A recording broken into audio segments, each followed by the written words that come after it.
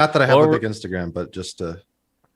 No, every little bit helps. In fact, I believe we are live right now. Welcome, everybody, to the Break the Rules stream.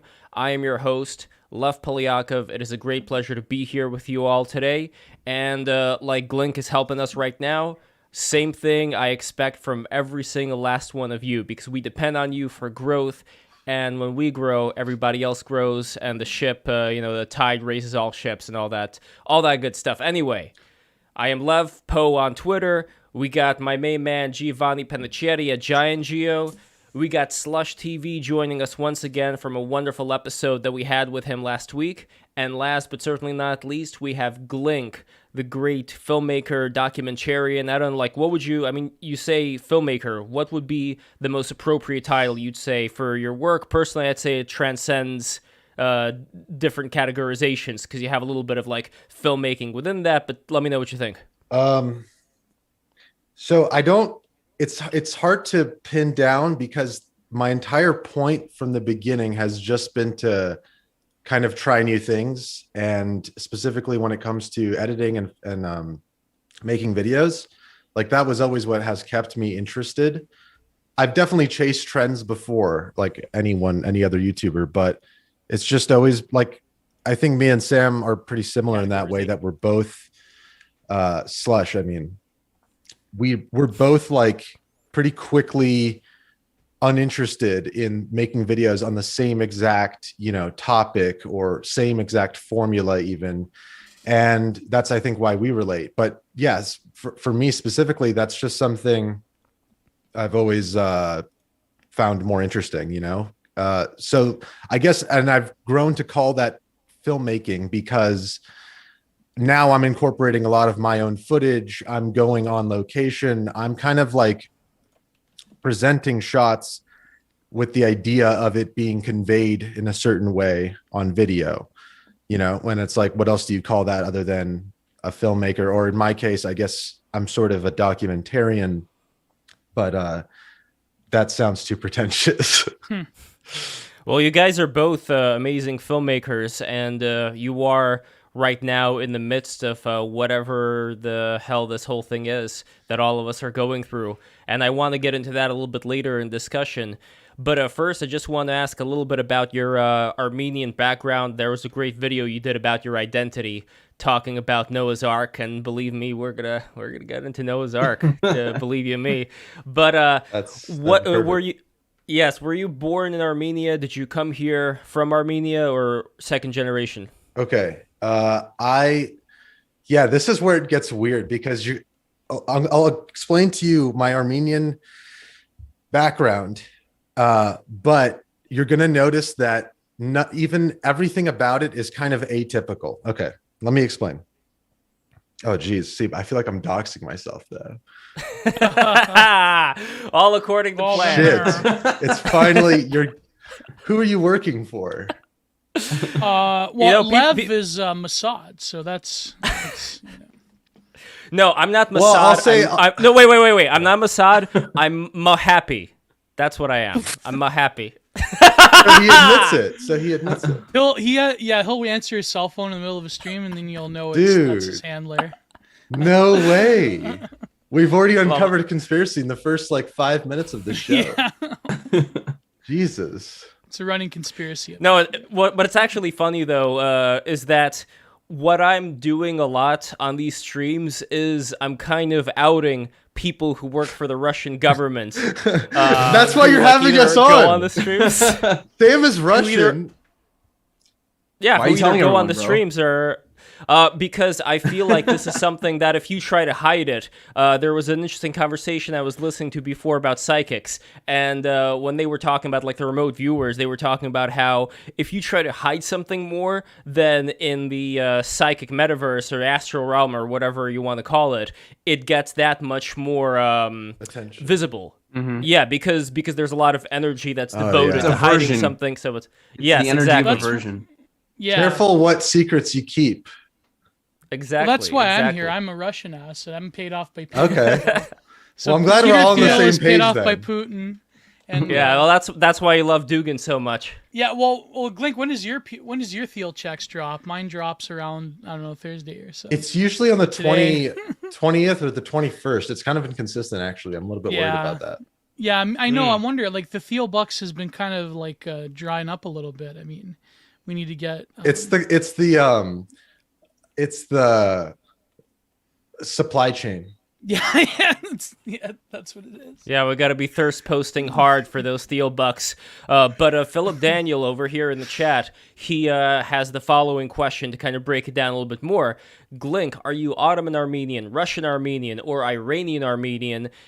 And he guesses Iranian Armenian, but interesting. I don't know. Take the floor. I don't think that's doxable. That's a pretty like nuanced physiognomy take right there.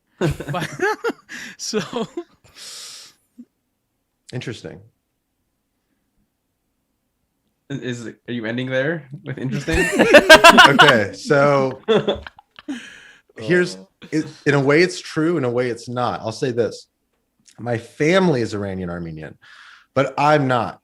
I'm American Armenian. I was born here. So I'm like first generation immigrant, essentially.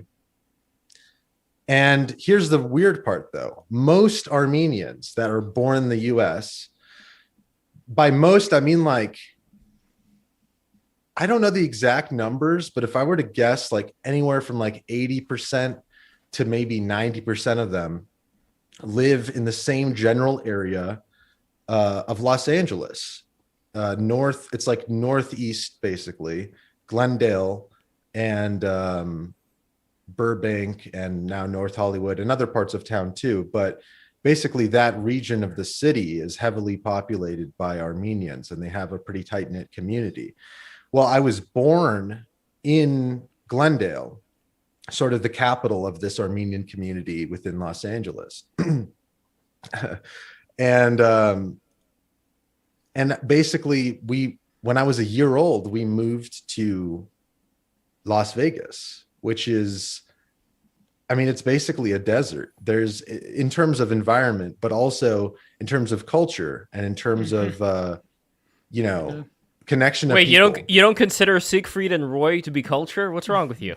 Yeah, no, and gambling and strip culture, whatever, all that. It's like the most degenerate form of society, to be honest. I mean, it's fun for a weekend escape.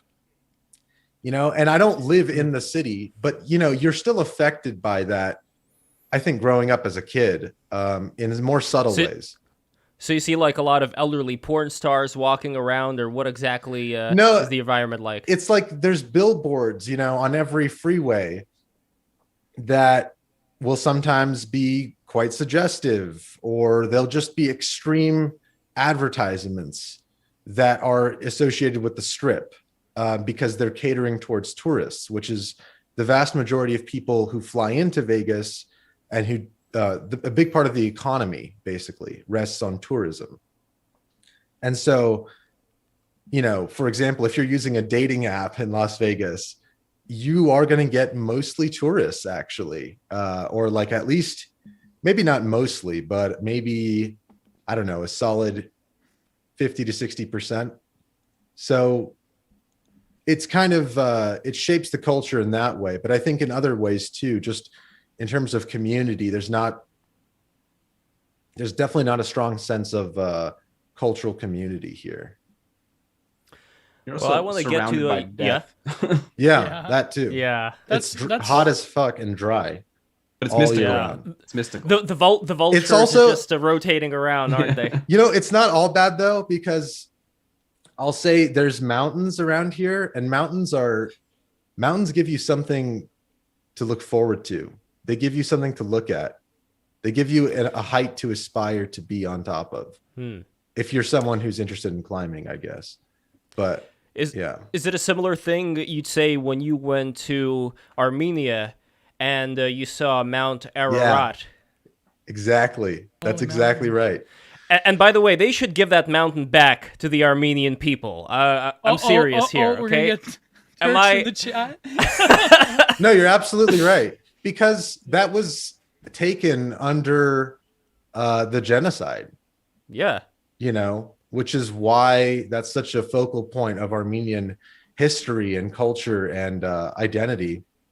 I mean, I don't really talk about it that much because it's like, I guess I don't know how to, I don't know. It seems like a difficult thing to just process publicly. Like that doesn't really make sense. I don't know.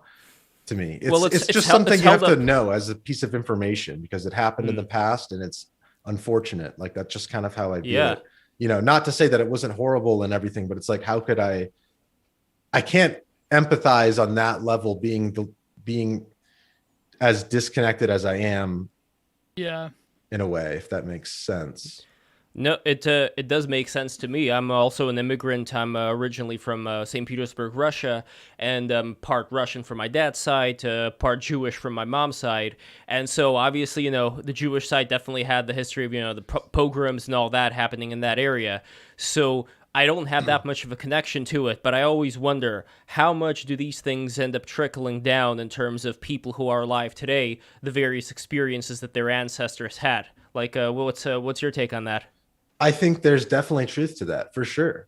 You definitely carry the burden of your ancestors on, you know, what maybe some will say is a psychological level, but I think is deeper than that. Like I would call it, you know, calling it spiritual level sounds pretentious, but it's like, it's just trying to say that there's some deeper, like emotional connection to something that stems from, you know, a lineage of family that have gone through something, and they always pass down. The thing with a lineage is that you pass down the good traits and bad traits, you know, and I think people are complicated, and it's hard to like fully, you can choose which parts of yourself to identify with in that regard. But I think certain people with more familial history that's gone through more traumas, let's say, to put it one way, I don't know, there's maybe a better way to put it, but they have more baggage to sort of, that's just on them. That's just a part of them, is a part of who they are. Or you could call it baggage, or you could just call it like a lesson or something, that it's a truth that you have to live with. There was this gentleman named Rudolf Steiner. Have you heard of him? No. So he would, I think, be a very fascinating person for you to take a look at. He originally started with the Helena Blavatsky circle, all those cats, but then he started having his own thing called astrotheology, I think. So originally he was a theosophist, then he branched out and did his own thing. And Steiner has very practical things when it comes to spirituality, but he also talks about the evolution or the changes that humanity goes through in various levels. So he would speak about Atlantis, he would speak about, you know, like root races, things of that nature. His whole thing, from what I understand, is that humanity started out as more of this spectral substance where the organs and all the stuff hasn't really developed. It's more of like when you have a character in Maya, let's say, and they haven't been fully fleshed out with the skin and texture and all that, they're just kind of like wireframes. Kind of like an Alex Gray painting. That's the closest thing I would imagine to what Steiner may have been alluding to. And from what I get, his whole idea is that... I know what Alex Gray paintings are. They're like the Tool album covers. Yeah, with exactly. Like the DMT trip bodies is pretty cool. So it's kind of like the astral bodies being the main things in view, and then afterwards, at least my interpretation of it is that we get really attached to living in a material reality, at which point everything starts to become material that we're used to, and all of us unanimously agree upon this reality being the one. Dude, Exactly. This is what my conclusion to my upcoming video is right now. So I completely know what you mean, yes. Well, with specifically with Steiner, hold on one second. Specifically with Steiner, though, just to finish this point, his idea is that in the past, human beings, they were, let's say, in much closer tribes, so there would be a lot more, let's say, close-knit blood going on, but I guess at that time, the deformities that we see today didn't really play out for whichever reason, who knows, you know, with inbreeding and stuff. But his idea is that because there was this closeness of blood, you didn't really have your own individual consciousness. Rather, your consciousness was a series of continuations within your entire lineage. So you would be living the same life that your father lived and their father and so on and so forth. Like, you would be aware at the same time of everything that they've gone through. So what we spoke about earlier with people experiencing trauma, that would be played out in real time, but not on the level of the individual being as aware of themselves as an individual. Right. And Steiner's whole point was that when people like tribes started, to interact and mix around with other tribes, then they lost the psychic abilities, but what they gained in return was this understanding of the I, this understanding of me being this individual person, which is both real and fake. You know what I mean? Like, that whole hippie thing of we are all one, man. It's not but just a hippie I thing. think, yeah. True, but it's like people, I don't want to go down the New Age rabbit hole as much, partly because I think New Ageism has tarnished itself a bit. And it when was a comes glowy to- operation, Lev. That was another aspect. Hold on, explain that. I'm not going to let you go about that. Why was it a glowy operation? Let's break it down. A lot of the there was always a relation between. I don't want to go down the logo campot bullshit, but I think there was sort of certain entities within various The intelligence agencies. Bohemian Grove. Yeah, the Bohemian Grove. Exactly. Me and Mike Hansen infiltrated Bohemian Grove. They thought I was a gay prostitute. It's true. Alex Jones was that attractive back in the day to be thought of as a gay prostitute. Yeah. No, but even back in the 19th century, there's rumors that MI6 and various writers who were involved in certain orders that had some ties to certain organizations were probably cultivating various, let's call it, eclectic appropriations of New Age beliefs, because that's ultimately the problem with the New Age, is that you're sort of taking a buffet menu cart of different wisdom traditions and putting them together. I mean, it's kind of that's always the fatal flaw of, I feel like this is exactly what a future critic of my to be released video would say. So now I need to change the script. Oh, damn. Well, because you just gave a great skeptical argument against New Age spirituality. Oh, no. And the thing is, it's not that it's wrong or it's not a basis in something. It's just that the way that the New Age appropriated it, and then later on the way that various corporate and government forces contorted a lot of those ideas. Even Silicon Valley, turned it into... with the microdosing and all that. Yeah, microdosing, but also mindfulness. Oh, come on, dude. Microdosing is great, though.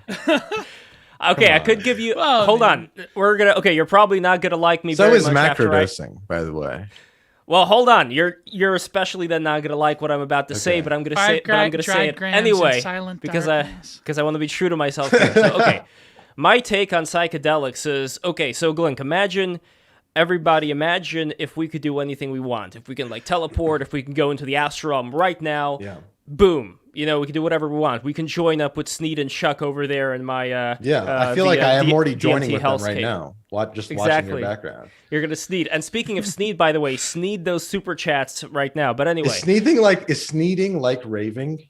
I just turned it into a verb to imply pay us money. Because I could see that being a dance where you kind of go the Sneed dance. It'd be like crowdcore back in the day. Kind of, yeah. I see it as like a blind man and elephant type of thing where Sneed kind of becomes whatever you want it to. But in terms of psychedelics, the reason why I say imagine if you could do whatever you want is it seems like there's nothing to work on. It's like that Twilight Zone episode where this degenerate gambling mafioso goes to, sorry to spoil it, he goes to what he thinks is heaven, where he gets to bang any prostitute he wants. He always wins whenever he plays, any of those Las Vegas games. But in the end, he finds out that he's actually in hell. Because when there's nothing that you have to fight for in terms of utilizing your willpower, when everything's kind of given to you, and I'm looking at this as the ultimate example, way, way, way far off as far as what we don't want to experience, I think. But in terms of psychedelics, to me it seems like, and I have done psychedelics before, I've done mushrooms, I've done the Terrence McKenna heroic dose, the 6 grams, I believe. But my intuition right now tells me that when you break open the door before your own willpower is ready to experience it, I'd say, I'm sure once it's not going to hurt, but when this happens a lot, then it's like you're atrophying certain willpower that you would otherwise have to employ in order to actually experience this sober. And the other reason why I think this is the case is I've been doing, even before the psychedelics, I started doing the Wim Hof method, as everybody in the chat knows, so I know this is an old story for you. But anyway, it's not an old story for Glink, and it's sort of an old story for Slush because I mentioned it on the previous I'm stream. aware of Wim Hof and the Wim Hof method. So you know then what the capabilities are there of achieving. Yeah, doesn't it I release feel like in your brain? I feel like we're two Saiyans powering up right now. All right, And so you're, this is... okay. You're probably, maybe we're both in KO Ken. Well, it depends on where your Kundalini is. I think that's the marker of how it works. KO Ken is kind of red, so it's kind of a lower vibration, isn't it? True. Well, that's It's one like of the stream entry, Lev, in the Bardo state. It's like the first one. Oh man, you guys are saying so many things that I Okay, Sam, come on. Sam, okay, wait. Can we stream entry? So wait, you know what Bardo is? Bardo. That's from, Bardo is when that's from. Wait, no. Isn't that from Super Mario? No. Bardo is when Mo dies and Homer Simpson decides to continue his legacy, so he makes a bar and calls it Bardo. Oh. Yeah, DOH, Bardo. I got it. Yes. Oh wow. Okay. So yeah. Allow me to interject because I feel like Go for Sam it. has a lot to say. Or I mean, we're kind of getting in the weeds here, possibly for some people, but I think Sam can bring us back down to earth. Well, I mean, first of all, I just want to what you were talking about, atrophying willpower or whatever. I feel like there's two selves. There's the self that's constructed, and then there's the underlying more universal self that you get to peek at when you do psychedelics, or you can persistently experience through intense meditation over a long period of time. Through Bardo. Stream entry. Same thing. So I think that the underlying self, not the one that isn't constructed, that from that perspective, there is no need to do anything. Everything is already perfect as is. And I could totally see a lack of willpower from there because there's no need for willpower. But I do think that because psychedelics are a peak experience, and anyone who gets an insight into that is I don't think it atrophies their desire to achieve that again. I think that it's going to depend on the person, right? If you're someone who is interested in connecting with that underlying self, then I think the psychedelics will actually just encourage it. Whereas I think for the average person who doesn't think about these things, maybe they experience it, maybe they come out with a temporarily somewhat dissolving going on with their ego, and so there's maybe a period of lessened will, so to speak, but it builds back up as conditions continue to pile on. It's very much possible. My concern, if I can concise it, would be not even the willpower, but it would also be, are you prematurely opening a door that later on you would discover? And is there a difference between opening it up through psychedelics before you can actually do it through meditation, concentration? So this is pretty interesting. That is another That's a good point. I did shrooms this weekend and my brother did it for his first time. And he actually talked about this exact thing right during his trip. He actually said I saw too much too early. He's I'm too young for how much wisdom I just gained today. That's what he said to me, because he had the most profound experience I've ever witnessed in my entire life on someone on shrooms.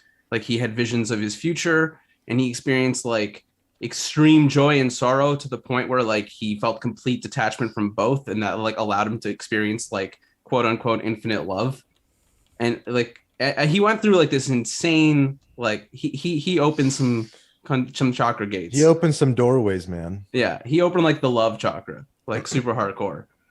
And but he was I'm too young for this. That's what he said. He was like, I'm not ready for this. I need to like get my life in order and like fulfill all like the selfish desires and stuff like that and exhaust all of that before coming back to this. Because I asked him, like, are you going to start meditating with me now? And he's like, not yet. Well, legend goes. That's smart. I think like that's why for time immemorial these things were accompanied by like various mystery schools and rites of initiation that the what does Alex Jones call them? The pedophile demon goblins. That they do DMT and they see the David Icke reptilians. No, but I think behind that bombast there is sort of a reason. This came up. We had I don't know if you know the writer Daniel. Oh, I shouldn't even mention it, Lev. That stream was a fucking disaster. No, We had go for it. my friend Owen Cyclops. For those who don't know, he's a great popular artist on Twitter, illustrator, and he's had experience with both Buddhism and psychedelics, but he went back to his roots in non-denominational Christianity. And we had the psychedelic writer Daniel Pinchback on, and it's funny because like Owen was approaching it very tactfully about the criticisms of relying on psychedelics rather than some more conventional practice. And it was like really awkward and like just very like, ugh. But it's funny, like I noticed that a lot of people who are in like that sort of community, especially online, that more or less came up like around the 2010s when like Terrence McKenna experienced a new wave of popularity. It seems like with indie rock music. Exactly, yeah. It seems that We're like indie rockers, man. Yeah, like what was the band? I think it was like Fucking losers. Was it the band the gent band Texters, or was it that quoted like the Alan Watts speech? But no, Alan Watts is based. Oh yeah, but like both Alan Watts, the Alan Watt guy who's like Alex Jones, then Alan Watts, of course, the guru. Yeah, there was another radio host, Alan Watt. Fuck? Oh, that's who that was. I was like, that's not Alan Watts. No, that's two different. Like, yeah, that's but so he weird. died. Wait, Recently, are you talking about? I think I know who you're talking about. You're talking about Richard Alpert. No. Alan Watt is the guy with the beard. No, but the guy like I'm thinking the guy of the like British Alan guy. Watts. The British the guy, British guy. Alan That's Watts. Alan Watt. Yeah. Yeah. And then Alan Watts is, of course, the British guru. They're both British, actually. Yeah, The but then there British was guru. Richard Alpert, who I think I'm not Ram sure if he was Dass working became with Ram Ram Dass. Dass. Exactly. I like he was Ram working Dass. with. He's still alive, actually. Holy. No, he's died. Ram He Dass died? Yeah. Guys, don't worry. Reincarnation, am I right? I have to Google this now. Anyways, my point was being is that a lot of them, unfortunately, ironically enough, like almost lack a form of introspection, because I think when you have like a sort of They're all fucking losers, man. like when you sort of, I think when you view it as like a alchemical stone that can answer all of life's questions, I think that's when a lot of people. That's when you lose the plot. It's true. Exactly, you use the plot, and unfortunately, I think a lot of like grifters and gurus over the years, some of them even directly from like Grifters, gurus, what's the difference? You could have just said one or the other. They both start with a G. That's all I got. Hey, gurus and careful with that. I take offense. Grifter link. But no, another thing you talked about Las Vegas. It's funny how Can we stop talking about Las Vegas? We've talked about it too much. Yeah, we got one last observation. Leaving Las Vegas. Leaving Las Vegas. That was a great movie, by the way. That's a good idea. It's idea. ironic. I remember hearing this one interview about like I forget where it may have been Rogan. It's like the playground for the slaves, right? In like hyper-capitalist modernity. But yet at the same time it's also like the desert has always been a haven for like mystics and desert fathers and gurus, and There is a flip side. yeah, The thing about the profane desert, and the sacred, you know. there's a quote I've always liked by in Lawrence of Arabia. I like the desert. It's clean because There you go. it is just a vast open landscape. It kind of gives you perspective. It's kind of like the world is your canvas. It's good for the imagination sometimes, is what I'm saying. Yeah. Kind of like one of those Buddhist, the Shintoist gardens. Or are they Buddhist gardens? I don't remember, but the ones in Japanese. I think it's Buddhist, yeah. Well, those are a better kind of nature. But Yeah. nature in general is just better than a dry desert, but I'm just saying you can get some sort of perspective at just like the sameness of everything in the desert.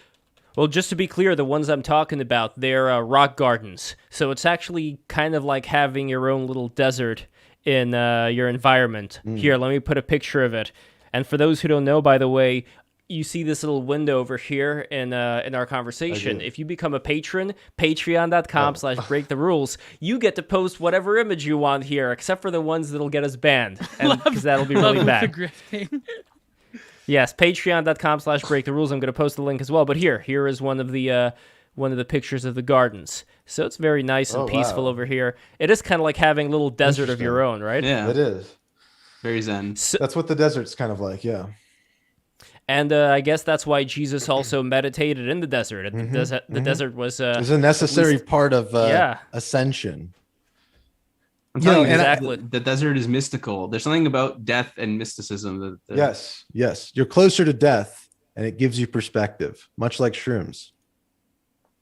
There was a great quote about death that I'm going to look up later, but I want shrooms kind of bring you closer to life, all of life. The death of the self. The death of the self for the gain of all of life. By the way, someone in the chat said something about like show me someone who's not falsely enlightened that's into psychedelics. I'll name 3 people right now that started off in psychedelics and ended up being I don't know, like obviously I can't prove anything, but like I would consider these people to be like living in a persistent state of no self, non-duality. Shinzen Young, Daniel M. Ingram, and Michael Taft. Look up any of those guys. Totally, they're full of a lot of great wisdom. One of them even has a book that has instructions on how to reach enlightenment called Deconstructing. I actually have it here. What's it called? It's like let me grab it. It's right here. It's called Mastering the Core Teachings of the Buddha. Looks like this. So yeah, just to answer that person's question, look up those people. Maybe you'll be interested. I definitely shall. And there is a quote which I believe is attributed to Richard Wagner, which goes, "Nature invented death to have more life." Wait, was that question just for Sam or also for me? No, it's for everybody. Okay. It wasn't a question though, but no. The question you were addressing before what he was saying. Oh, I just saw in the chat someone said that, and I wanted to respond. That's what I was talking about. Oh, gotcha. So when it comes to not leaving Las Vegas, you're still in Las Vegas, but you got a lot of beautiful imagery there in your documentaries when you were in those pipes and everything like that. Oh, and, thank you. This is going to be the ass-kissing portion of the show, where I'm just going to say keep it how to a amazing minimum. you are. Lev's got to do the job. I got to keep my ego in check. Please keep it to a minimum. Lev's got to put you over, as they say in wrestling. So. Yes, but let me see. I mean, no, I love all your documentaries. Some of my favorites is the one that you did about California. I mean, that's the really big one where you got to go around and speak with a lot of these very interesting people. And do you still communicate with any of them, like that gentleman, the homeless gentleman with the colored hair? Interesting that you asked that question because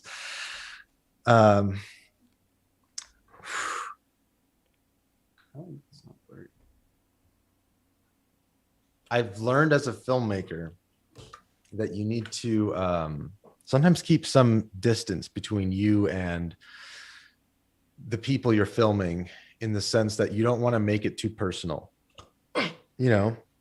especially if you don't know someone very well. I think it's okay to have strangers on at a certain surface level, but to have a deep personal I don't know, or at least I don't know if that's something I'm interested in doing, because you kind of bear more responsibility on what happens to them the deeper you go into their story and into who they are. And you don't want, I guess you as somebody who's making something out of it, trying to show other people, trying to share their story, if you as the person filming it get too close, too attached on a personal level, or too biased or whatever it is, that could cloud the content, obviously. What about after the fact? So after the content is already out there, does it change? Does what change? The The relationship? the potential relationship you may have later on with Not necessarily. No. I think after that it is fine. And I have kept up with Gem Bob. Yeah. In fact, I was following him around and filming with him. But it's kind of a different story. But nothing happened that was negative or anything. It was just like, I guess I wasn't. I wasn't sure about how involved I should be in the situation that arose. Not that it was a big situation, but it involved other people being responsible for more people than I bargained for in a temporary situation, if that makes sense. Like driving people around and so forth. So that's something that you want to do because you want to be a nice person, obviously, but there's a limit to that, of course, as well as there is Sure. with all forms of generosity. Well, it's kind of like your documentary about the world of e-girls and simps. Oh, we'll get to that. We gotta Yeah. save that, Lev. That's gonna Yeah. be. Oh, geez. We gotta save. We gotta savor that chestnut. Before we Yeah. get there, I need to put on a sweater. I'll be right back. All right, Yeah, sure. go put on the sweater. I'll be right back. I was actually thinking of putting on. Unfortunately, it was not what I thought it was. I have somewhere a green screen suit. One of these days, I want to put on a green screen suit so that I'm gonna have just like a disembodied head You could be floating Sneed. around. I There could you be go. Sneed. Actually, I came this close to being Sneed during our episode with Max Derritt. For those who don't know, Max is a wonderful content creator. I did the esoteric Sonic the Hedgehog video for his channel. And because his avatar is a Simpsons-style avatar, I decided to turn myself yellow using the filters here in OBS. So you're racist. Yes, that is the closest There I you go. came. I was a racist It's like when Sneed. It's like when Boris Karloff was playing a Chinese detective back in the 20s. Yeah. Well, there were some people who were able to get away with it, get away with it meaning that it was such a good performance, it didn't even matter. Yeah. So Christopher Lee, for example, he played the founder of Pakistan. And the wow. the family of that founder were very grateful that he did such a... There we go. Now you got it. Did it. I know. Last time with the... yes. This Don't camera's worry at so all. bad. I don't know. Just a It shitty all ends webcam. up working out in the end. But anyway, wanted to- Slush... Yeah, let's ask Slush before Glink comes back on about like being a filmmaker. Like, I'm just starting to like put my own YouTube content out, even though I've been a lurker on YouTube for like, God, I want to say in the beginning, so maybe like 13 years. I don't know. Yeah. I think like when you're doing that type of work, like this often comes up with documentarians specifically. Like I remember there's this one documentary about the art of making documentaries, and of course they interviewed like Werner Herzog and other ones, and they mentioned Michael Moore, but it's like, what is the relation of truth in that equation, and like, or is there any such thing? Is it all just like narrative stacked upon narrative? Because really, I think now maybe like this was true when that documentary was made back in like 2007, I think, but like nowadays I think people are sort of like sufficiently kind of cynical, like they know that, or maybe I'm just giving people way too much leeway, but hopefully some people know that a documentary, like its kayfabe is like, this is the truth and there you go, but really that's not it. There's always editing, there's always narrative, there's always a Right. construction. Yeah. I wonder if people, but do you think like by doing this work, like do you think that people are aware of it? Or because like if I could go to your channel, I could go to, I don't know what it would be, like another documentary on YouTube, like any like Solar Sands, it doesn't matter, right? Whoever, like even Max Durant, like his narrative upon certain video games, it's like I think maybe people know that content is not like like a sort of dead, like dinosaur view of like what journalism was, for instance. Like, what do you think of that? I mean, I definitely feel like I see a mix of both. It's also hard to like quantify because like who's not leaving comments, right? Like I don't know what those people are thinking, but like I definitely see a great deal of people who are just like taking what I say as absolute fact when like, you know, I personally am trying to be objective when I'm doing a documentary on someone or something. I'm trying to be truthful to my best abilities, but like I also do see people just like, oh, this is how it is, the way he said it in the video, and like and I'm just thinking like, you know, you should be more critical of what I'm saying. But then there's also like the flip side, whereas like if I'm saying something that like doesn't line up with a person's worldview, they'll be like, oh, this is using music and editing tricks to like manipulate your emotions into believing it. I got that one a lot with like my Dr. K video, for example, because it pissed off a lot of people, and they're like, oh, well, you're just using music to like paint him as an evil person. When it's like totally not what I was going for at all. But like, you know what I mean? So I see like both for sure. Oh, send Lev the link. He'll put it in the chat for you. But then to the same question to Glink, what do you think is the nature of truth in documentary? I mentioned this documentary in the art of making documentaries that had like Werner Herzog and Michael Moore in it and stuff. And people maybe are sufficiently cynical to like not say that, well, documentaries are kind of like the presentation of fact. Do you think that your fans are aware of the fact that you're presenting a certain narrative and you are maybe fabulating certain elements of what you're doing? So do you sort of think about the nature of truth, or is the truth maybe this sort of, maybe it's true we live in like terminal, like hyper modernity, post-modernity, where it's like that question is kind of like cringe in a way because narrative is everything, construction is everything. So I don't know, like, how do you, when you're approaching making these types of films, like on such an ostensible, like indie level, and maybe who knows me, we're both being funded by Peter Thiel, but like when you're going out there and doing, yeah, exactly. When you're going out there and doing the work that quote unquote professional people are doing, but are having an engagement, do you see that the question of what the truth is that you're presenting comes up, or is it sort of everyone does their narrative? Like even someone that makes like a video that's like can't be like politically manipulated that much, like a Nexpo video on a serial killer. It's like even that has some kind of stretching involved, right? Sure, it's yeah. Yeah.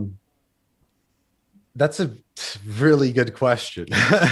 You're really getting to the core of like probably the deepest aspect of what one can do on this platform. And I would say it's something I've thought about a bit, and maybe I don't even fully understand it myself, but I could try to just tell you what I've thought about that question, because I feel like I've asked it before myself. And it's something, it's like the truth I view as there being something fundamental and there being something objective in existence, and an objective way for things to be better, in the sense that, you know, like music, you play certain notes together to make a song, and some of them are going to sound more harmonious with each other than others. There's a certain harmony to it, and I think in that way there's a certain harmony to the nature of things and nature itself. And if you want to call that God or intelligent design or whatever, that's all the same to me in this view of there being an objective truth.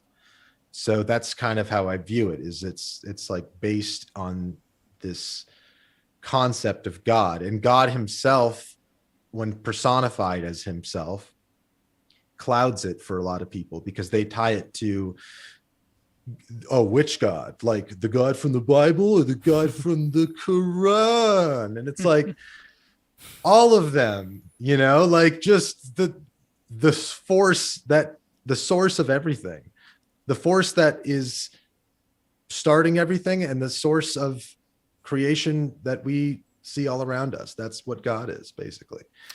So, okay, but all of that is to say, I believe there to be an objective truth.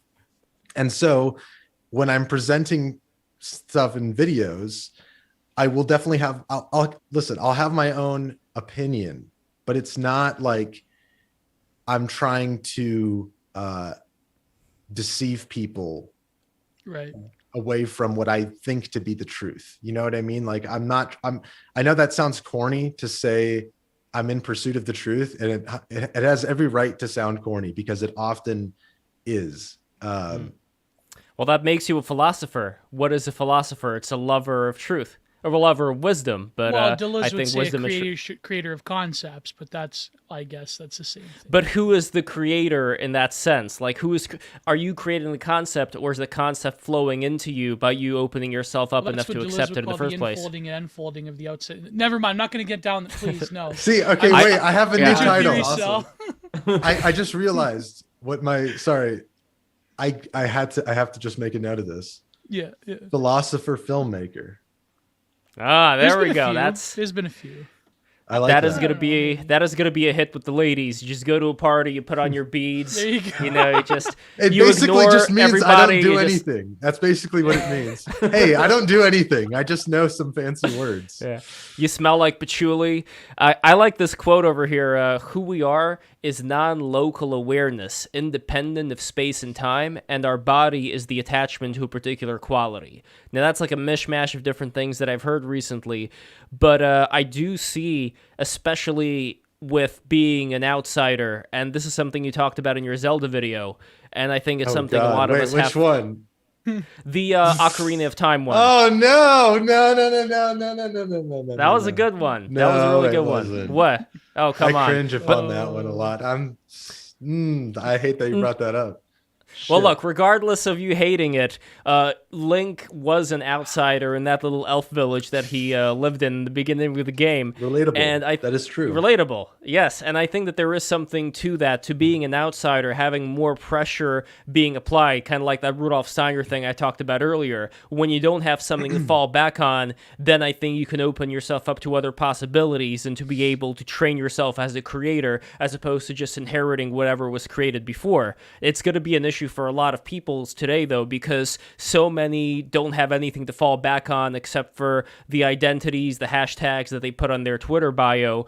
And I don't know, like, it feels like people are worse off today psychologically than they were before.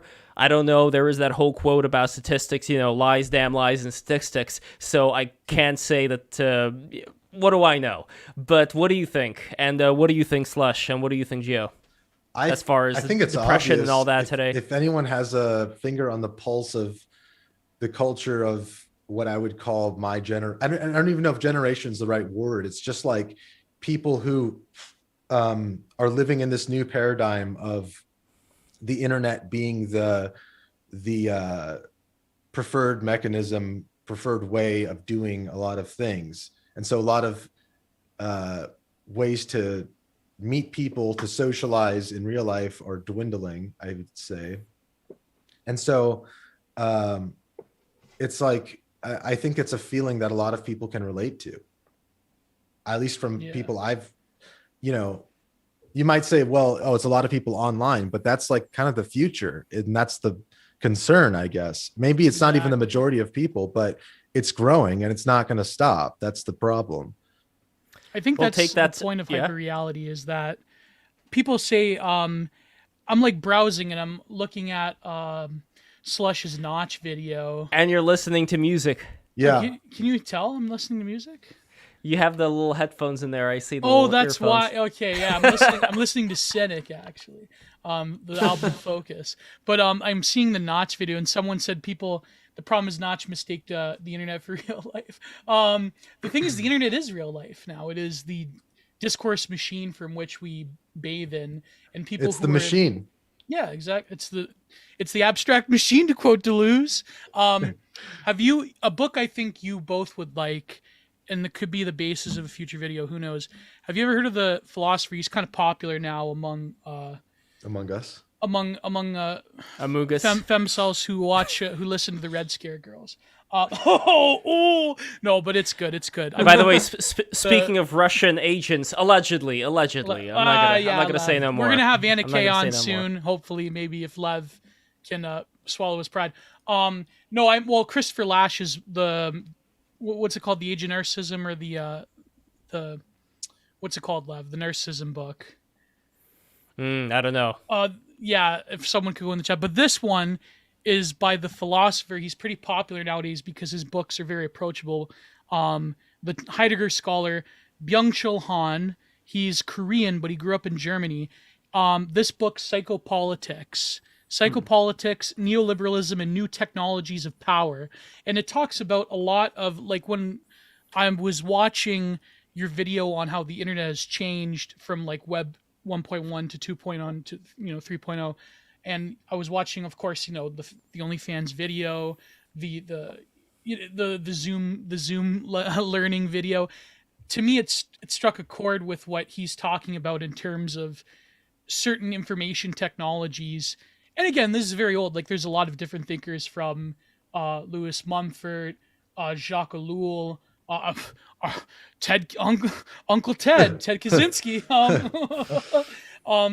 You remember Uncle Ted from Bobby's World, by the way? I don't know if you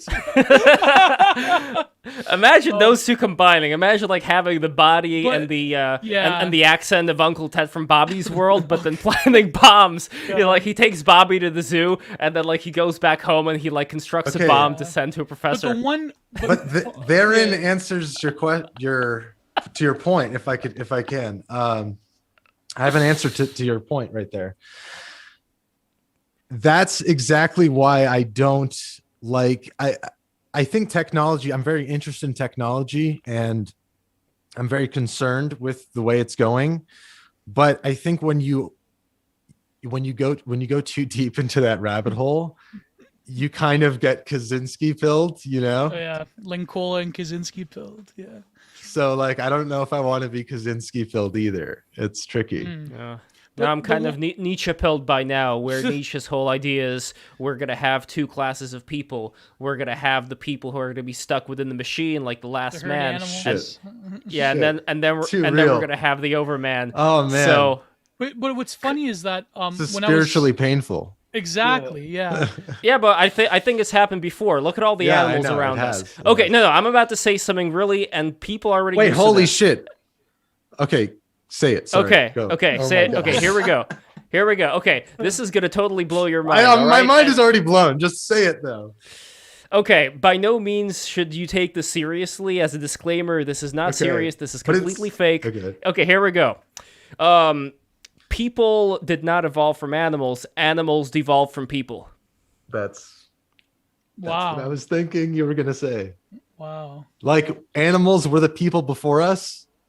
No, before us was like the Rudolf Steiner, like the perfect human model. Astral. But then eventually they started to distort themselves when, let's say you're stuck on a desert island and or whatever. Furries want to go back to that original animality. Wait, Exactly.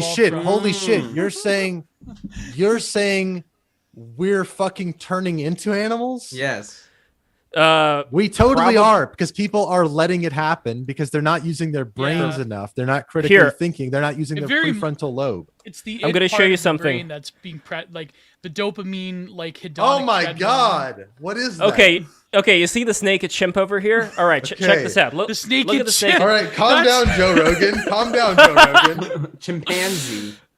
Yeah. It's like so Bronze okay. Age privet. The Oh my animal God. only masturbates. All right. Absolutely massive. All right. Look at this chimp's hand. Do you notice anything funny about this The hand? animal only masturbates in captivity. Doesn't it look like a human hand that's distorted, as opposed to like a chimp hand that then later on would become a human hand? What are you getting at here? I'm getting at that this chimp's ancestors may have been human beings. Amazing. And then eventually they turned into the chimp, BTFO'd. as well as all the vertebrates. Wait, so what? the fish, the cats, the elephants, they're all human beings, actually, like in their past. Like their ancestry stems from the human being. Wait, hold on. I'm so stupid. Please explain to me in slow motion All right, how that so, logic flows. I don't know if I here we fully go. understand. And again, by no means am I saying that this is real. That's a disclaimer. But here we go, Okay. just to fantasize for a second, ladies and gentlemen. So let's say you get stuck in the situation where now you don't really have time to cultivate a high civilization. No more books, no more philosophy. You just have to survive. That's the only thing you have left. So in surviving, those who survive make it, those who don't survive don't. And you start adapting to whatever environment you happen to be in, and there is less and less time to be as, let's say, conscious of you being the human being, of you being like this embodiment of the universe, wherein you can only rely on certain base instincts to survive. Right. Those are the only things that end up getting passed down, as well as, let's say, your hands may start to get a little bit bigger. You start to maybe develop claws. You start to develop certain ways of surviving. So in this case, I'm not denying natural selection, but I'm kind of flipping it around. So this is an elephant's foot, for example, and it does look to me kind of like a deformed human's foot. Like we see the human anatomy in all the animals. So you're basically saying that's what we will devolve into. Some yes, and some won't. Some may go on to become gods on other planets like the Mormons believe. So, it's all about, I really think it's all about willpower at the end of the day and making sure you harness that willpower to get to either a higher level or lower level. Fly into space, right? Yeah, they have this they want to be like the cosmotheology Spartans. thing. The Mormons essentially want to be the Spartans from Halo.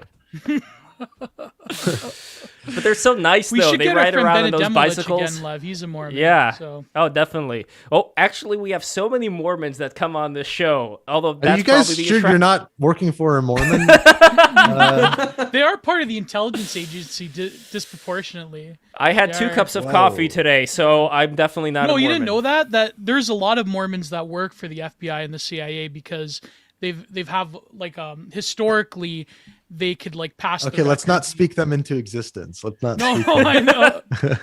But, let's not summon their I think wrath. what Lev is getting at is like the thing of like the man is like universal archetype, and therefore, like every other like sort of lesser being is grafted. I don't know, Lev. That's kind of crazy though. Well, I just feel like we would see it more. We would see evidence of it now, right? Like, Well, Graham Hancock's explanation as to why we're not seeing a lot of these ancient civilization remains is that, like Atlantis, They just turned into dolphins. Well, Yeah. Dude, dolphins, they turned I into believe, dolphins. Yeah. Well, dolphins were human beings that Oh were my just God. tired of living on the land, like I kind of that like South this Park theory. episode. And notice the dolphins have big brains. But only I a know, little that's bit of why those it's trippy brains. to me. They actually have big brains. They're Yeah, smart. so they may have been Nephilim who then turned into Dude. dolphins. But see, the through, guy that guy evolution. knew Fuck. that wrote Stars. Because they have They big even brains, look like kind giants. of like, if you look at dolphins, right? Okay, they have like a lot of fish-like features, but they're mammals. Yeah. They're almost like if you like did that, that Photoshop effect that people use where they stretch out a face Yeah. to warp onto something. It looks like if you stretched out like a guy's face and you warped it onto a fish. That's what a dolphin is. Exactly. No, you were spot on about that. And I believe that there were giants, there were Nephilim, all these cats. Because going back to Mount Ararat for a second, Yes. I put on those 3D glasses, the VR glasses, and I went to Google Earth. One of the greatest things you can do with a VR headset is to go on Google That's Earth, cool. and you can just fly around everywhere, and everything's in 3D. But anyway, So Lev, you're first John place C. Lilly pilled with the dolphin. Yes, first place, of course. That- and I'm also Also second, LSD pilled? also second link of goatsay.cx They didn't pilled, actually which have was sex with the dolphin. you remember It was that just- one. It was just This is a woman did not have sex. But with anyway, the dolphin. back to Mount Ararat. Okay, No, so well, for the I was first gonna thing, this is a total train wreck, and we were talking about nature of truth. There is finally one. This is so funny. Can I make one observation? He wants to talk about Mount Ararat, and we're talking about the nature of truth. No, about your video, the Zoom classes. They're the same thing. oh yeah, Forgive me my one last theory cell take. There's this great short essay. Speaking of Deleuze, he wrote this before he killed himself in the 90s.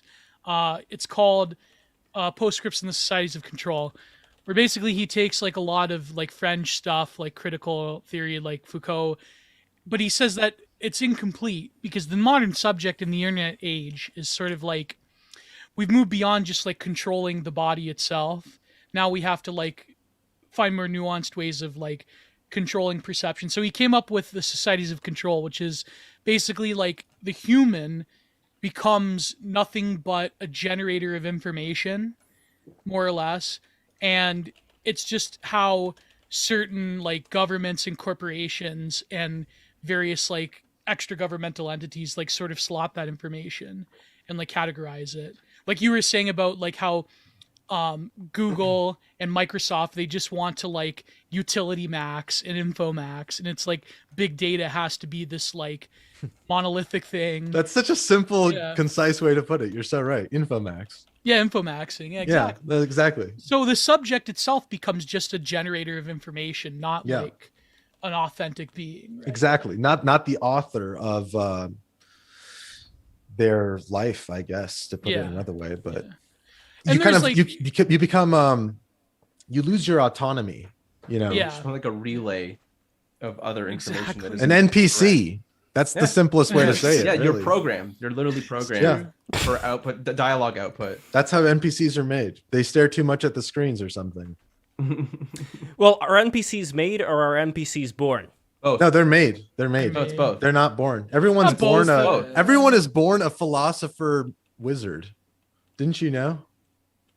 I think everybody's actually, you're right. Aristotle was like some people are born to just like sneed. You know, like just for garbage detail, I guess. Yeah, maybe. Definitely like. Oh, speaking of garbage detail. Speaking of garbage detail, this is a skeleton of a raccoon. You know, because raccoons love garbage. Looks like a and dinosaur. just look the raccoon's like a hands. It does. Yeah, Lev Drink Stream will make these free associations. So as soon as I say garbage detail, he's like, "Oh, a raccoon. That makes perfect sense. Here's a skeleton." Yeah, that's a funny connection. Jamie, pull up the skeleton. Pull up raccoon skeleton. Pull up the raccoon skeleton. To me, I always think about like, you know, because like what the difference between an NPC and a non-NPC is like the degree in which you are awake, so to speak, right? Yeah. And I don't mean woke as in the fucking aware. I think the word aware is lucid, better. Awake, and well, I mean they call it awake for a reason because like when you have a moment of awakening, you're like, wow, I've been asleep this whole time, right? Sure, but that's a moment, not a. You can be persistently awake, and you can be varying degrees of awake, right? Of awoken, whatever. Anyways, sorry, it's semantics. Well, I do firmly believe that like it is not for everyone to be awake. It is that's not the design. No, I agree. What the hell are we looking at now? Oh, I've seen this. This one's cute. Oh, it's bathing himself like a human. Exactly. Right. That's proof that. Creepy. Yes, that is proof. Direct proof. Yes. So cute. But as far it is cute. But as far as the NPCs go, I think that this is why we had mystery schools back in the day. We had some kind of traditions that people used to go through in order to be awakened. In order to exit Plato's cave, so to speak, to a certain extent. Mystery school is just getting high and watching YouTube videos now.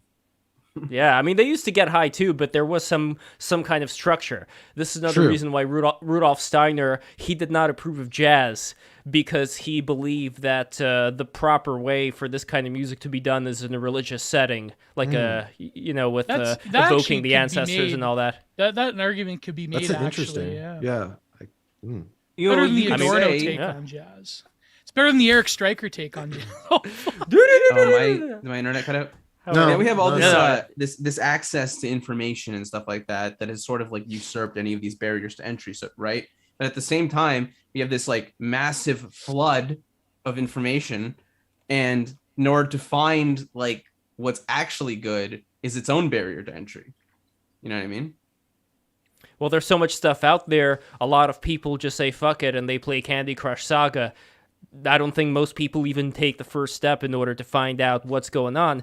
But this is kind of another pressure that we didn't have before. So before, when you went into, let's say, a certain higher education, like you went to Eton College, like Boris Johnson, the reason why you did that also had to do with your upbringing. Right. But when you don't have that upbringing as pressure, when you have like this limited amount of things that you could, unlimited amount of things you could do online, you could become a simp, you can do whatever you want. There's porn everywhere. At that point, it really is a good test of your willpower to see, despite any of that shit, can you instead focus on unlocking the mysteries of the universe? Like, you can do anything you want with this shit. Can you focus on that? There's like a symbolic like flood of like biblical of information instead of water, and everyone without willpower to search is drowning, and only those who had the willpower to start building their own ark are afloat and finding their way to truth. Sam, Man. you brought it back. brought the new chapter building of our the own Bible out. You just brought the new chapter of the Bible. When is it coming out onto Amazon? No, but seriously, like that's so accurate of a comparison, I would say. Yeah, I mean, if there was a New Testament, why can't there be a Newer Testament? Right. You Because know, the New like, Testament already fulfilled. Never mind, Lev. I'm not going into that. Not going. But it's true. We are all our own Anubis, building the raft, floating the sea of information. That's true. indeed. But actually, speaking of Mount Ararat, since Slush, you kind of put it full circle back to Mount Ararat because you were talking about the flood. Isn't Noah's Ark there, Lev? Noah's Ark, yeah. Well, I personally think that what happened there, and I don't know where the hell Glink is. He may have gone on some shamanistic journey right now. But when it comes to guitar shadow. yes, oh boy, we're gonna have guitar time, aren't we? But anyway. When it comes to going on Mount Ararat in the virtual reality escape, I felt like, I don't know, like I imagine what it would be like. Are we gonna get a little performance with the guitar? No, No? I'm just more comfortable sitting on this chair. All right. Make sure your I don't know microphone can capture your audio. Perfect. And by the way, everybody subscribe. Right now, there's a little bit of a gap for me to say subscribe. Keep subscribing. Sneak those super chats. And patreon.com/breaktherules. Also, I never say add like. Like this right now. For those who do not like this, shame on you. Like this right now. Anyway, when I'm in Mount Ararat in my virtual reality thing and I look down, I just imagine what that must have been like for the survivors there. I am Graham Hancock pilled. I believe there was a giant cataclysm 11,000 years ago, and we had to start anew. So when before we were talking about whether certain things our ancestors experienced was passed down to us, I wonder if that portion was also passed down to us, the survivors, because we were all pretty much survivors. If that cataclysm occurred, then we were all pretty much survivors of whatever ancient civilization was around at that time when we had to start anew. So I don't know, like, is this something? I know this is something that gets brought up quite a lot on BTR, but Glink and Slush, like, do you guys subscribe to that whole idea of Graham Hancock's hypothesis regarding us being survivors of these ancient civs? Greg, you should take this first. I know you're into this. I'm very interested in ancient history, and I do think, and I know a lot about Graham Hancock's theory about the Younger Dryas period being where there was this great cataclysm, the North American ice sheet, which was like 1.5 miles tall across the whole of North America, melted in some cataclysmic event, possibly caused by a meteorite. Which could have triggered this giant flooding event that is described by many different cultures and civilizations and religions, just written historical documents throughout the world about this cataclysmic flood that wiped out, basically almost all of civilization, essentially, except for the survivors. And in Armenian history and I guess tradition, ancestry, that is kind of like a sacred place to us, because that's where we believe that's where we started. That's like we're descendant. We view it as we're direct descendants of Noah. Well, through Hake specifically, Hake was the guy who was a descendant of Noah who lived around this place, and he fought the remnants of the Nephilim, I believe. So not all the Nephilim were destroyed. If there was this giant who was occupying Babylon at the time. Yeah, I have heard about that story actually. Well, I think that's where actually he's sort of like a patron saint, or what would you call it? He's the patriarch of Armenian history. His name is Haik. He's not the giant. He's credited as slaying the giant, Haik. Exactly. Yeah. No, that's what I said. Like the giants were in Babylon, and he went there and he got rid of them. They were secluded in the Arat mountain region at the time, and he slayed this Babylonian king. And to bring it back to modern day, there's so many references to America as Babylon in the modern day. And I don't think Babylon is so much one country or one thing. It's like this unified globalist country. I think that's what Babylon is. And obviously it wasn't globalist back then, it was regionalist or whatever you would call that. But the point is, it's like this type of maybe they're not even in a group, but it's like this godless country. I mean, I think that's what Babylon essentially means. Well, there is a lyric from this song called Babylon, but it's spelled Vavilon for some reason by this Russian artist who actually grew up with my father. His name is Akvarium, which means aquarium in English. But it says over here in the city must be someone else. Here in the city must be someone alive. I know when we'll meet, I shall not know his face, but I'm glad there is someone else. And this city is a Babylon, and we live in it's a Babylon. I hear voices that sing for me, through all around us is a Babylon. 2,000 years. We have been living in such a strange way for 2,000 years. But Babylon is a state of mind. Do you understand me or not? Why have we been living in such a strange way for 2,000 years? That's the way the song goes. What? And I'll send you the Russian version. Amazing. It's really good. And I do think Babylon is a state of mind, but I would also say Babylon and the whole Tower of Babel is a analogy, which doesn't mean that it couldn't have happened in real life. Think about it. It just means babbling on. Exactly, like I do. But Babylon. We all know what Babel means. Yes, we all know what that means. Exactly. But it's like, I think Babylon is also the ego. It's like the ego rising up to such a crescendo that it has to be tempered. It has to be cut down. And I think we were kind of going within these various circles in history. That's like the ego rises, it has to be cut down. The Tower of Babel is the ego. That's what it represents. Exactly. The human ego to think that they can be as good as God is. They can be as high as God. They can be God themselves. As individuals or whatever. But also the uniformity of language is another, based in Red Pill, point about when sort of the narrative of a civilization collapses into like just babble and like different voices. Make of that what you will. I don't want to be racist, but like no, but didn't that wait? Hold on, Gio. Hold on. Whoa there. I'm kidding. Didn't that happen because of God? Wait, how many languages the one do you who made guys their speak? voices babble? I speak two. I speak English, Russian, a little bit of French, but that's not going to count until I speak it fluently. Not much. Yeah. Bene, molto bene, buongiorno, Oh my God, delicioso, pizza, spaghettios. That's real racism right now. No, but it's like in Revelation they talk about how the like the Whore of Babylon, like the Antichrist isn't so much like a singular person, but rather it's an idea or a time period from history. Yes. This is what I've been saying, unironically. Exactly. But I had no idea about that. But yeah. I mean, but wouldn't debates, that also like Orthodox people would believe slightly differently than Catholics and so forth? Obviously, it's a debate, but generally. But Gio, would you apply the same thing possibly to Christ as well? That Christ is also a period as opposed to a person? No. Okay, that's Christ where you draw has the line. Because all right. I think it would just be Oh, sorry. Lev likes to goad me into heresy. I don't know why. It could be his revolutionary spirit talking.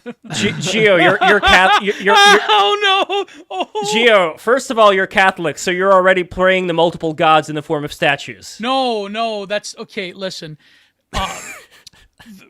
when it comes to apostolic Christianity, Catholic and Orthodoxy, Yes. they are not like the avataric manifestations of Nirguna Brahman in Hinduism and Vedanta, where like ultimately Shiva, Krishna, The Trimurti, Brahma, like, Kriva. But even like the lesser ones like Parvati and so forth, like the saints, they are venerated and they are teachers, they are divine with themselves, but they're not a part of like some monotheistic. Sorry, not mono. They're not part of some Freudian slip, polytheistic system where they are godheads in their own right. Like they are the source. No, but there's of our faith wait, hold on. There's one godhead. They wouldn't be godheads. There's one godhead in these. Lordy.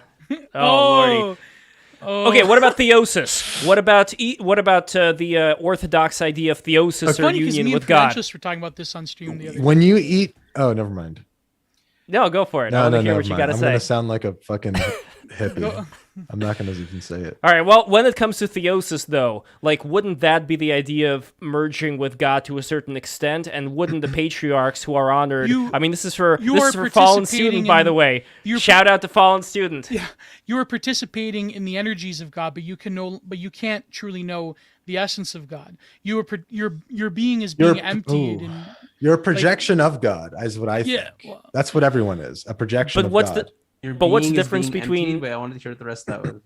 Yes. Well, I'm not Orthodox, but don't quote me on this. But I'm not Jay Dyer. Basically, theosis is the relying on a process of like deep like catharsis and confession in order to align your being. I believe for Orthodox people, don't get pissed at me for this if I'm butchering it. But essentially, you're aligning your being by cathartically confessing your own self and bearing your own sort of mortality. You're aligning yourself to the energies of the Lord. So the energies are what we feel in creation, I believe, if I recall. But we can never truly know the essence of the mystery of the divine. We cannot be like God. We can be we can participate in the image of God, but we truly will never achieve the way that it, depending on the school, but let's just say for simplicity's sake, like in Vedanta, where you become one with a Brahmin through jnana yoga and so forth at the highest levels. It's not like that. You can never truly be God. Unless you escape your body through doing that, which... Well, no, I think he's saying theosis specifically, right? Yeah, in theosis is just... like that's the viewpoint. Yeah. That's not to say like that's your like necessarily your viewpoint. That's just what the theosis viewpoint is. See, there's a debate there though, because what you is in that process of theosis is also up for debate, because a lot of people have sort of like made it similar to other things, but because there is a sense where you're being emptied of your own sort of machinations in order to participate. But I mean, sorry, go ahead, Glink. We kept interrupting you. Glink, what do you think? No, I was interrupting you. I just was having realizations that I was vocalizing. Don't worry. I wasn't saying anything important. But again, if there's any Orthodox in the chat, I would love to hear. You better believe there is. We have a big Orthodox community in the chat. I do appreciate a lot of Eastern Orthodoxy. I think some of it does make sense. Like a lot of it actually. I do have my criticisms, like even though I'm a Catholic, of like, divine simplicity, but I think the divine simplicity could account for it, but I don't want to I tend to avoid those like autistic debates between Orthodox. Well, not specifically within either one, but let's say if we stick with Catholicism for a second, would you say, Gio, that the saints are higher up in the hierarchy than, let's say, regular people when it comes to them being venerated in the form of there would be icons for the Orthodox, but in Catholicism there would be statues, for instance. They're held in a privileged place by our Lord. They are heroic people of heroic virtues who have done miracles. They are guides and mentors, but they're not avatars per se. I mean, that they exhibit but what's the godly difference? attributes. But I don't understand the difference though. Because they like were when just you say they Avatar, were what is it? people, they weren't. A lot How of do them you know were just people. how do you know those avatars weren't people before that until they started to imbue a in certain certain Hindu quality? systems, they were kind of they weren't people. They can't. They by definition in a polytheistic system, they aren't. They're like the Greek gods. They are Wait. above Can I mere ask mortals. a more fundamental question here? Yeah, To kind go of ahead, cut go to the ahead. chase. Yes, cut to the chase. Geo, Yeah. do you believe that there is life after death in some form? Oh yeah, definitely. yes. Yeah. You guys both believe that? Yes. Yeah. Okay. Well, isn't that? believe I in feel like that's kind of reincarnation the specifically. fundamental. I feel like that's what matters the most when it comes to religious beliefs. Right. Like that's a pretty important belief, I would say. But the distinction I'd say between me and Gio is that Gio believes that there would be a realm that, let's say, he would occupy, I guess, forever. I'm not exactly sure. I could be butchering it. But I believe in reincarnation, but I also believe that there may be kind of like in a video game. This I talked about in my Sonic video that I did, the esoteric secrets of Sonic the Speaking of Hedgehog, autism. where Oh, that's when right up my alley. Yeah, where Sonic I love jumps through that esoteric warp Sonic ring. the Hedgehog. It is quite a feast of knowledge there. So when Sonic jumps through the warp ring at the end of the level after collecting 50 rings, he goes into the bonus stage. And the bonus stage, I view that as being kind of like heaven. The idea of being in this strange psychedelic environment where you have dissolved into the astral That's form. so true. And there's like everything's like all tripped out and It stuff. is. But then It But then is. you have It's to so reincarnate trippy. to It a had new- no to a right new to be zone. that trippy. It had no right. exactly. The birds and the fish in the background. You The know, music and, too is like haunting and kind of bittersweet. But also get this, the level in Sonic 2 where you're racing, if you remember, it's like this tube that you're racing through.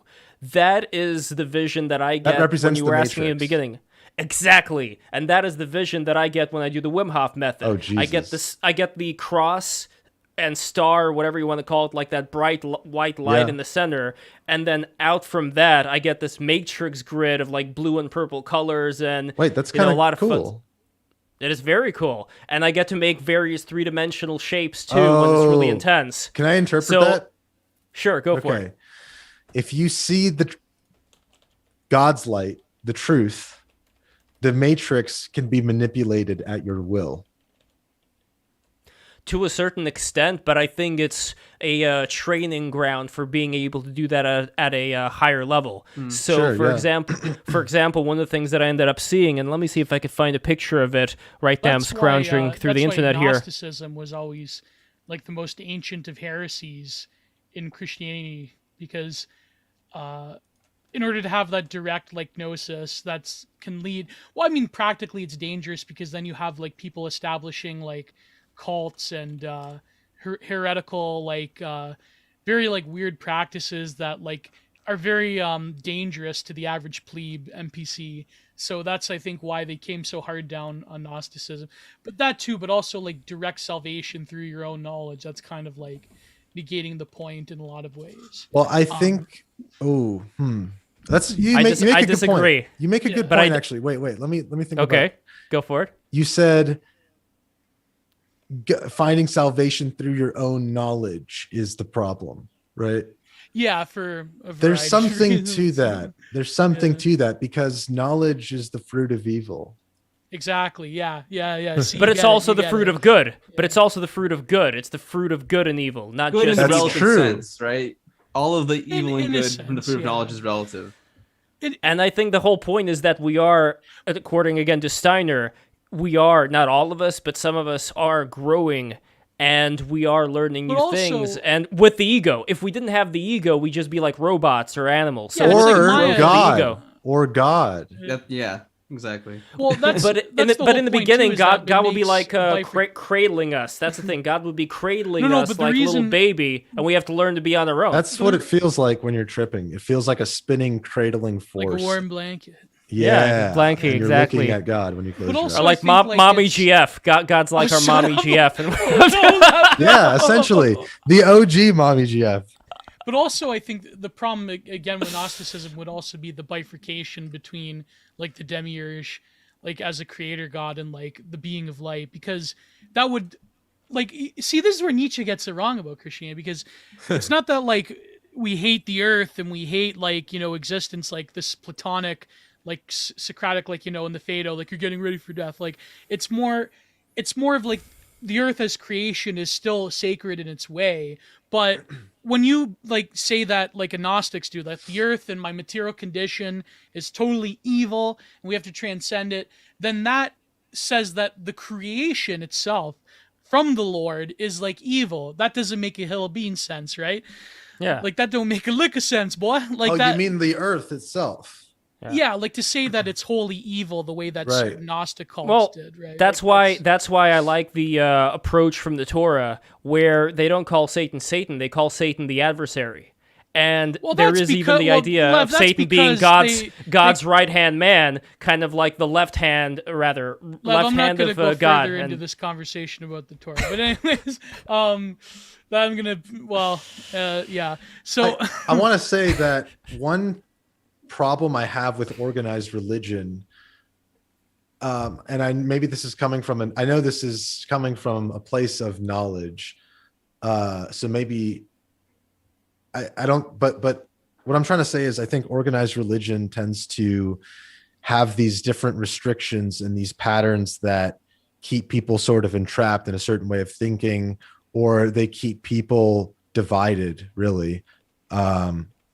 And ultimately, I don't know if that's always the best route for, I guess, having some sort of spiritual connection to everything, to God. Well, look at, for example, Israel, not the country, Geo, don't worry, but the name, as in Israel was fighting with, wrestling with God in the Old Testament or the Torah, whatever you prefer. And then they got felted by the Lord. I think that there is something to the idea of fighting with a higher force, wherein that teaches you to not succumb under pressure and become an animal, but rise higher. And if there wasn't any pressure, then you wouldn't rise useful. higher. But if you get too attached to, I guess it's a good first level. It's funny because I think you could sort of measure where humans are spiritually by their belief systems. And probably, last up until this current century, basically, I would say the prevailing belief systems were all religion based. But I don't think it's unrealistic to think that in the way we're going now, the prevailing belief systems are going to be all political or ideological. Oh, God. Or, anything. Currently is mostly, well, not mostly, but like that's like the growing dominant of actualization amongst young people is identifying with political movements, gender, whatever, scientism, even like racial identity. So Slush, there's no vacuum then, right? We can't just have a vacuum of any belief. Some belief is going to fall into place, like it or not. I mean, yeah, I think so. I mean, it's hard to say, like, I can't even think of an example that has of anyone that has no belief. Even the belief in atheism is a belief, and then even agnosticism is the openness to belief.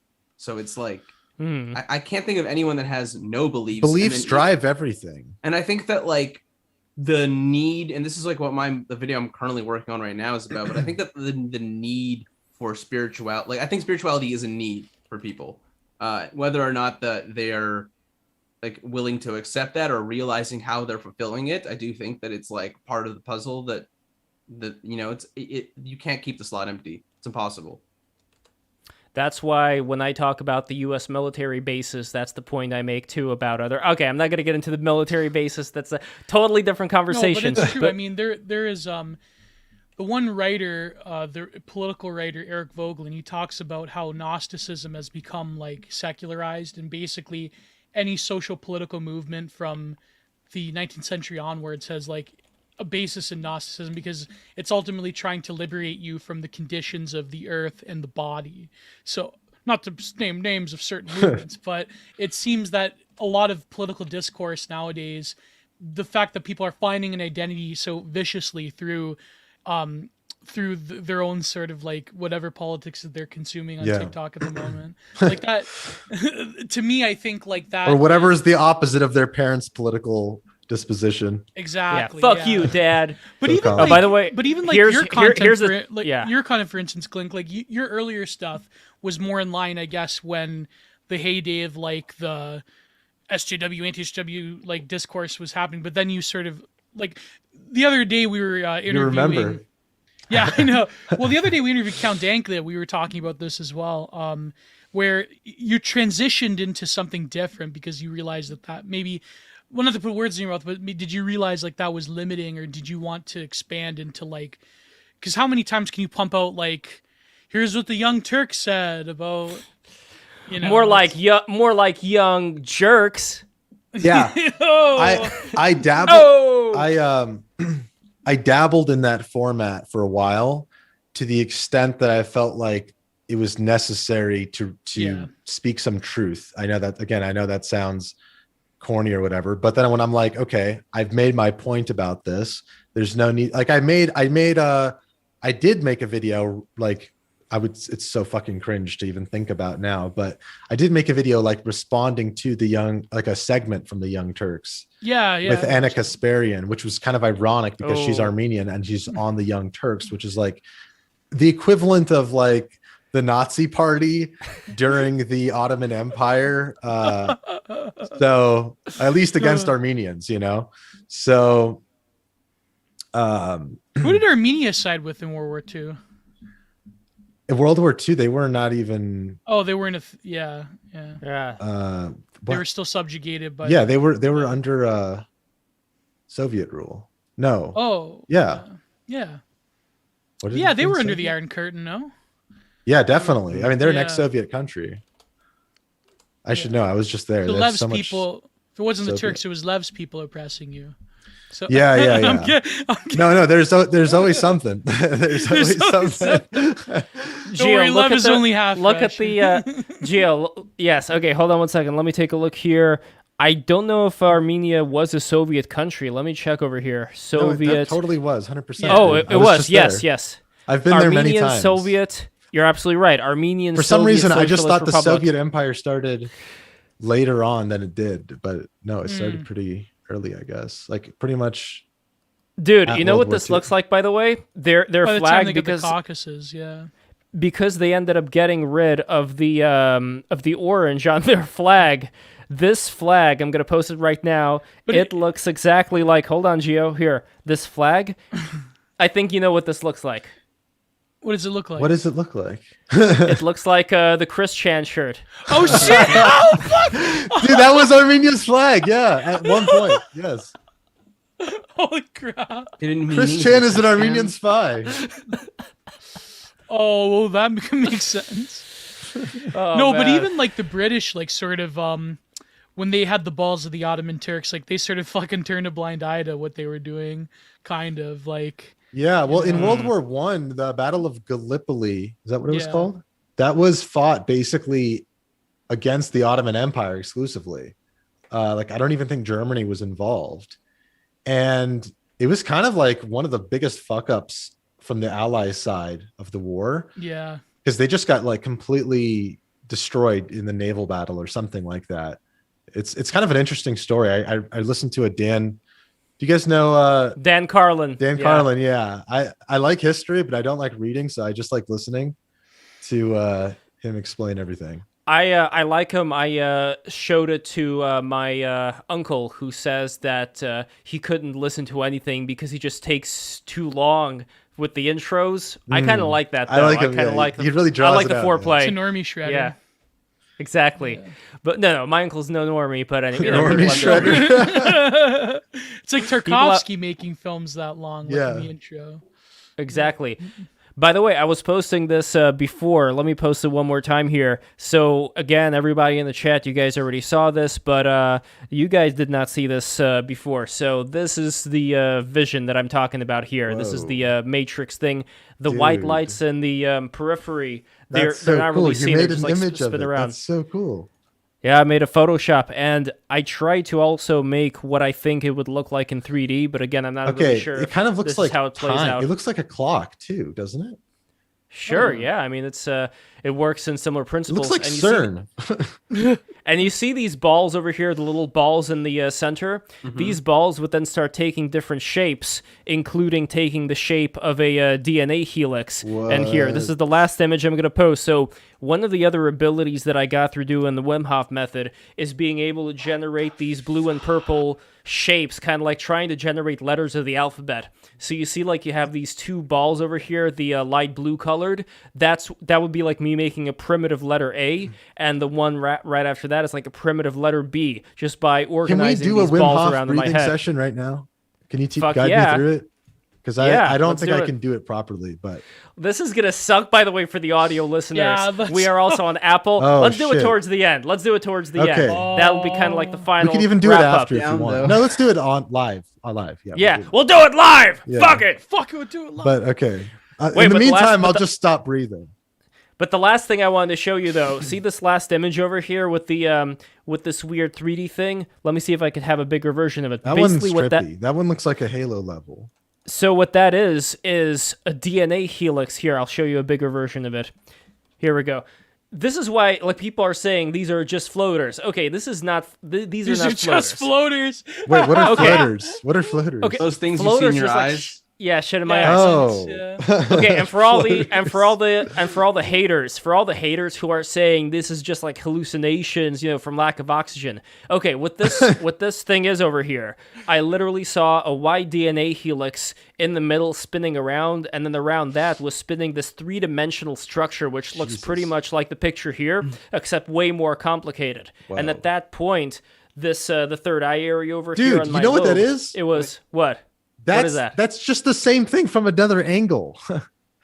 Kind of, yeah, but this thing also, you could actually move it around. So Oh. this area over here in my lobe, it started vibrating. It started going like What the like that, like a fuck? small engine. While Your this pineal thing was gland is just freaking out. spinning around. And not only that, but I was able to slowly rotate this image. I was able to rotate this 3-dimensional tower, and I was able to just like move around it. And it was very slow, like, like that. I could zoom in, I Are could you zoom sure out. you're not, So it was completely sober. on completely the sober. astral project plane?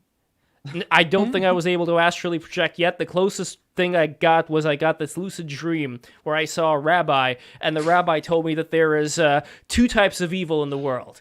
There's like evil when you intentionally harm somebody, but then there's another evil, which is super wide, which is basically egoism, which is basically anything that we do in life. Pretty much anything. Even when we love somebody, we still get something out of loving somebody Not where truly we feel selfless. good. Exactly. So this is kind of like in the Kabbalah, where the idea is that when you ascend up Jacob's ladder, or the Kabbalistic tree of life, whatever you Jacob's want to call ladder. it, Jacob's ladder, when you ascend up that, you basically start to transmute giving for the sake of receiving into giving for the sake of giving, As- where yeah, as the you Kabbalists relinquish see self. God. Yeah, and the Kabbalists see the Creator as just like this all-giving entity without any receiving, and us as being this receiving force, which learns to start giving, and eventually it would That's the transmute test quality. of humanity. Exactly. Is that we have to learn Exactly. to ascend to a higher level of thinking, or not even thinking. It's not thinking. It's not thinking. It's not awareness. thinking. It's just awareness, a higher level of awareness. That's God. But the ego is very important, though, because again, if course. not for the ego, if we're just cradled We need it- around we need in it for God's survival. arms, We need ego for survival to Yeah. begin with. well, not just survival, but also awareness of us existing, as opposed to Right. being more in this hazy And dream being an state. individual is important for your life, I think, you know? Yeah. Mhm. It's like Yeah, to the way extent. I've always looked at it is like, everyone that is like awake to the sort of individual self of them and the relative plane of existence, but there's also the like absolute plane of existence, which opening your third eye is like awakening yourself to. But it's not one is more important than the other. They're both of equal importance. And I think that a lot of people, as they begin to start peering into that absolute realm, they are so entranced and so amazed by it, but they forget how important the relative is, which is the ego and the self and everything we do to survive. So I always saw them as like a relationship with each other, and that like deconstructing yourself is just a means also. It's a way of peering into the absolute, but it's also a way of reconstructing yourself better. You know, Build back better. That's basically what you're saying. I literally said those words to my friend, not knowing that those were Joe Biden, because I don't fucking follow anything. Not knowing those were Joe Biden's words, and he was like, "You had me until you said the Joe Biden thing." You were you were conditioned to say it. Yeah, maybe. We have It's to we everywhere. have to buck break ourselves before we can build ourselves up. Exactly. Exactly. But speaking of Joe Biden, the very first thing we were talking about before the stream even started was Jen Psaki's feet. What is going on there? I'm not aware of this. What? Is there an image of her feet out there on the internet? What's going on? I don't want to know. I'm kind of curious, though, now. Jen Psaki feet. I'm looking it up right now. Let's see what I get. By the way, everybody subscribe. Patreon.com/breaktherules. Let's see. Jen P. How do you spell Psaki feet? Okay, let's see what we got here. Okay, here we go. This is the image right here. This is you're actually gonna from post the her feet, Lev? official. That the Washington machine spit out. Of course I am. Here we go. No, the other one in her. Wait, there's another one? Yeah, I thought this was they it. officially posted it. The press secretary Twitter or whatever. These were leaked on purpose. Yeah. Wait, they hold leaked on. purpose. Then I don't know the right one. Here's another one. I don't know if this is the one you're talking about? Dude, feet are No? so gross. Yeah, that's what the the one. fuck? Yeah, I'm not Why do you crazy think it about is that me. Yeah, people why have do a- people have a feet fetish? Yeah, Why is what's that a going on there? paraphilia? Well, Because Why do we they, have Why they does literally any were dropped paraphilia on their exist? head as children. They were dropped Wait, on their feet. They're dropped. Yeah. Oh man. Oh. I don't know. I sense a lot of negative energy with Psaki, to be honest. The people who I've spoken to Dude, about everyone her. in government is a fucking demon. It's true. Unironically, it's true. Unironically, they're This is what I fucking believe. demons. And not even It's the that good simple. kind of demons. It's not like you could have any theory cell explanation you want, but it's literally That's just the default. exactly. By the way, There might be some PC exceptions. I maybe I shouldn't say every single one, but like pretty common. Like. PCSS says, break the rules, you need to go on WikiFeet. Or, well, of course that exists. Wiki feet? What? WikiFeet. Quickie feet. Quickie feet. Happy Just feet. Chris Chan's feet. Wombo posting. combo. Chris Chan has feet posted? Yeah. By the way, I We're love the totally poster, devolving. the We're going to talk Pokemon about OnlyFans poster. really soon, but Yes, but before OnlyFans, just want to say Chris Chan's that is feet. such a beautiful Pokemon poster in the background. I think the Americans, just like Western media, has like ruined Japanese, like the Japanese Pokemon aesthetic. They have worse color design now than they used to back in the day. I think like the best color design for Pokemon was Game Boy Color. You know, when they had like Pokemon Gold, Silver, Crystal. I think that was the peak. And then when they had the GBA, it wasn't bad, but it felt too bright. You know what I mean? I don't know if you played all of them. Okay. Like yeah, man. That's how I got started. That's how it all started. Everything started with Pokemon.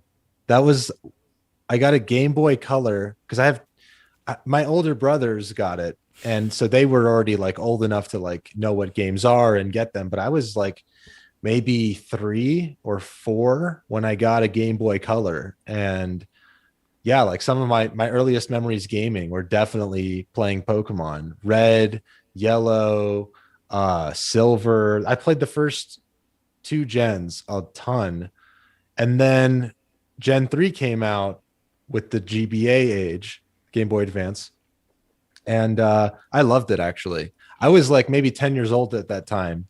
No, like I was like 8 or 9. I would have been 8 or 9, but I loved it. It was an awesome game. But I know exactly what you mean.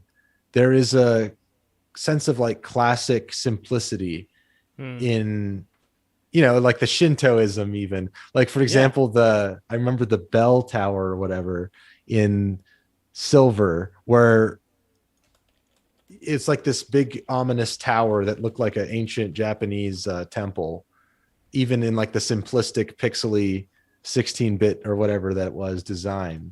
So just things like that they're kind of relics of time though. At this point, they're kind of, I mean, I guess indie games are trying to remake that. Right. But I mean, some of them are good. Yeah, there's definitely some good ones. Well, the Shinto simplicity, I think it's also in just like that poster behind you, how can you depict the most beautiful rock you can using the least amount of data, using the least amount we're of talking pixels? about the simplicity and beauty of indie games now. I didn't know we stumbled into Well, Jacob Pokemon Geller specifically. video over here. See? Well, that's not the Look at tower that. I was talking about, but that is No, what- that's another tower. And by the way, the next gen one over here, one of my favorites in terms of Pokemon is this Daffy Duck over here. That's Gen 3 This- though. That's Gen 3. Yeah. By the way, I well, saw this today. By the way, I think they still maintain the good quality of Pokemon in Gen 3. You know, And that pixel art, scroll up for a second or show that again. Uh-huh. That reminds me of something as well. It was also something, an early memory from the internet, because I don't know if you guys ever did this. There's like these sprite boards where you could copy and paste different parts of different sprites that were available, like assets from games like Pokemon or whatever. And you could like just copy paste and make your own little scenes from a game using sprite boards. I used to do that all the time on this like old internet forum.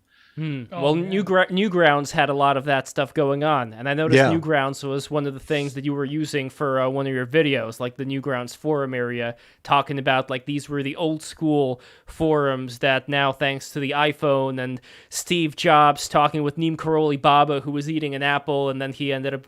I know that part was not included, but that's another insider lore. Wait. Back up. Steve Jobs. Hold on, I have not heard this. I feel like I should have, but please. Okay, so Neem Karoli Baba is a very famous Indian guru back in the day who was the guru of Richard Alpert, a.k.a. Ram Dass, who we talked about before. And he's this weird-looking guy. Like, here, I'm going to show you a picture of him. And he was... I have looked him up before, the guru of Ram Dass. Yeah, this guy I have right looked here. that guy up before. Yeah, I've seen this guy. So Steve Jobs, he was not Steve Jobs' guru, but Steve Jobs visited him, and he was very influential. Legend has it He even looks like that Steve Jobs a little bit. He does a little bit. Well, legend has it that he was eating an apple one day, Neem Karoli Baba, and that inspired Steve Jobs to name the company Apple. So you know, it's very funny. That is funny. I think sometimes great ideas come to you in like accidental visions or something, like with the Beatles. What was it, a dream or something, like John Lennon or something, and had a dream where he was supposed to name a band the Beatles, spelled like Beatles, as opposed to how you're supposed to spell Beatle with two E's and two T's, and that he had a vision that he was supposed to make a band called that, and that's why they called it the Beatles. And he also had a vision that he was going to stab Pete Best in the heart. Poor Pete Best. He was so close. Man.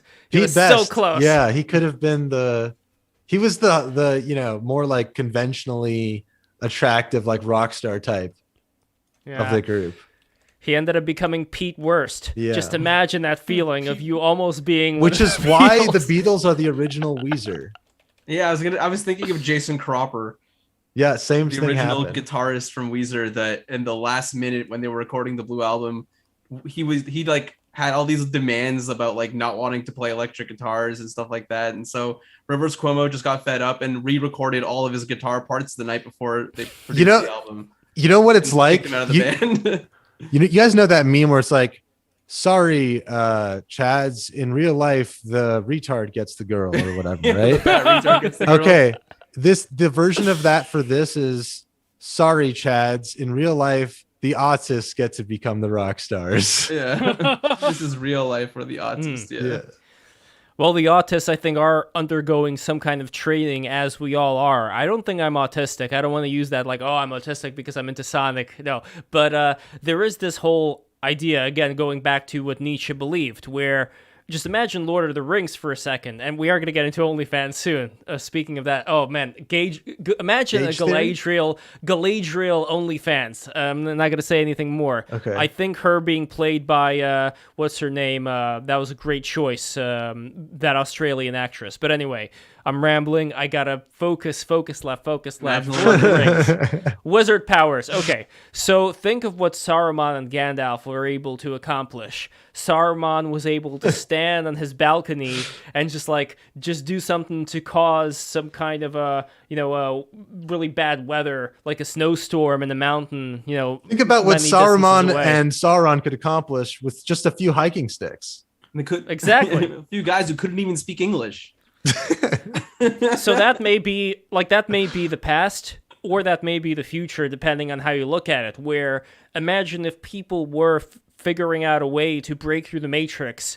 Maybe that's why the Old Testament and New Testament and all the Testaments look down on sorcery, because they saw how powerful that shit is when you're able to actually control nature, control this environment that you're in, and be able to do things like that seed heat, as the Hindus It refer becomes to too them. chaotic. It becomes too chaotic, doesn't it? Exactly. Chaos that's and why, order. yeah. Right now we're definitely heavy into the order phase, though. We could use a little bit of like positive chaos. Chaos in a maxing. sense. Yeah, really. I think there's a reason a lot of young people to use the colloquialism vibrate. They vibe. That's why they use language like that, because a lot of people are starting to operate more feelings based, more like chaos energy based. They fuck with chaotic energy, essentially. Oh, yeah. And I think that could be a very good thing if they're not being indoctrinated by Hassan Piker. That's the Absolutely. problem with it, right? 100%. He's taking chaos and turning He's it trying into to order. turn it into order. That's why all the politics on Twitch are pro-authoritarian, by the way. They're all they just like want order, and they want Is that because they don't have it in their own lives that they want order? I don't know. That's that a was not deeper imposed question by for their them family. to answer. That's for them to answer. But That's the one video I haven't fully seen, by the way, that you did, the one about Jordan Peterson and the rescuing your father from the belly of the whale. I'm definitely gonna watch that one afterwards. But I do think that a lot of people, they inherently do seek out a certain order, and when they don't have that order, they start lashing out at the world. And by the way, look at this beautiful image of Galadriel over here, played by Cate Blanchett. Just look at those beautiful rounded cheeks of hers. Yeah. This is order personified over here. Right. This is my kind of beauty order. in order. It's beauty in order. Yes. It's a good combo, I guess. And look at that beautiful mouth, this wide mouth of hers. It is so beautiful. I don't know. She's okay. got that Anglo physiognomy that kind of too much. I think of she's it. hot. She's hot. She's I hot. don't I agree think she's with hot you. too. I'm into it. She kind of looks like she would judge me. Yeah. Yeah, but I kind of like that a little bit. Yeah. I mean, Shoot at me. A little bit. gotta be like a tiny bit of girl boss there, assertiveness. Yeah, like a little bit of spice, a little bit of Yeah. spice. Yeah, but it but, can't come from a place of conceit, No, Yeah, no. that's And I feel like that's where it was coming from in that picture. Did Okay. she play You know- in Gone Girl, or was that someone else? Lord of the Rings, favorite movie series, by the way. Inspires me on so many levels. Always has, ever since I was a kid. Oh yeah. Although I do think that the guy who played the king that returned, that guy, I mean, he's a good actor and all that, but the costumes Aragorn? Aragon, yeah, they were a little bit too flowery for my taste. Yeah, Maybe that was it just got particular kind of gay style, at the end. but It got kind of gay at the yeah. end. But it was the third one is a masterpiece still. I don't care. It's great. You know who else I like? I like Polly Walker, this actress who played in Rome. You remember that series Rome on HBO back in the day? No, I didn't watch that much TV. So later on, I highly recommend, this is once again a simping moment, which is appropriate because this is what we're going to get into right now. Okay. But Polly Walker, she played this, I think it was... No relation to Paul Walker, right? No relation to Paul Walker. She played Adia of the Julii in Rome. And, she is a slightly older woman, you could say, but she is very beautiful. I mean, look at her. Like this is my type over here. I don't know what to tell you. She's She's hot. There's a similar vibe to the other girl. Really? So okay. what does that we tell have you about found me? Lev's The type. eyes. Lev likes them fiery. That's what I'm getting from this. I think That's what I'm think getting both from this, too. pictures had a touch of mommy in them. That think too. we- He likes Lev likes a that's, fiery mom. Are you looking for a mommy? That's intruding on Geo's territory right now, Oh! slightly. Wait, what does Really that mean? I don't know. I think older women have their charms, I guess. Mom And by the way, GS stuff. Polly Walker in the first episode Polly of Rome, Walker. Polly Walker is fully nude.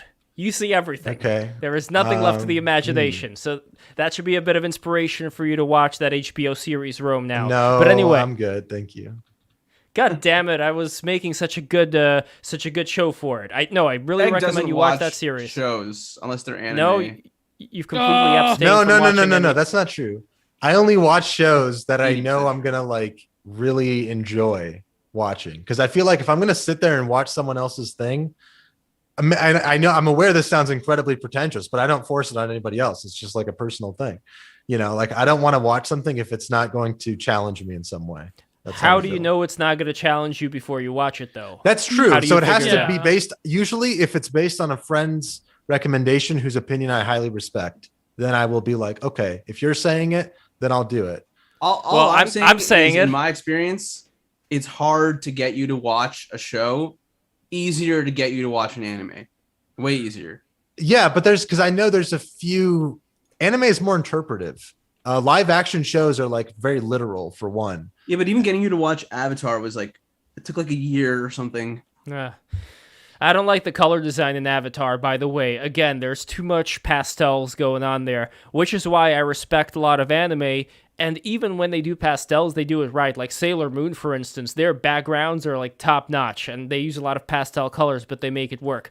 But what is before we get to OnlyFans, final question, what is your favorite anime? Oh, Do you even have Fully a favorite? Cooley. Like, is it...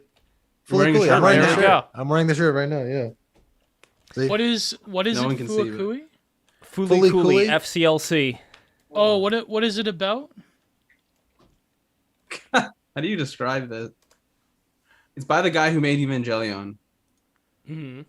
Oh, okay. So that's He also made, let's see. You know, for the what are longest other time, I ones? thought it was pronounced Evangelion, not Evangelion.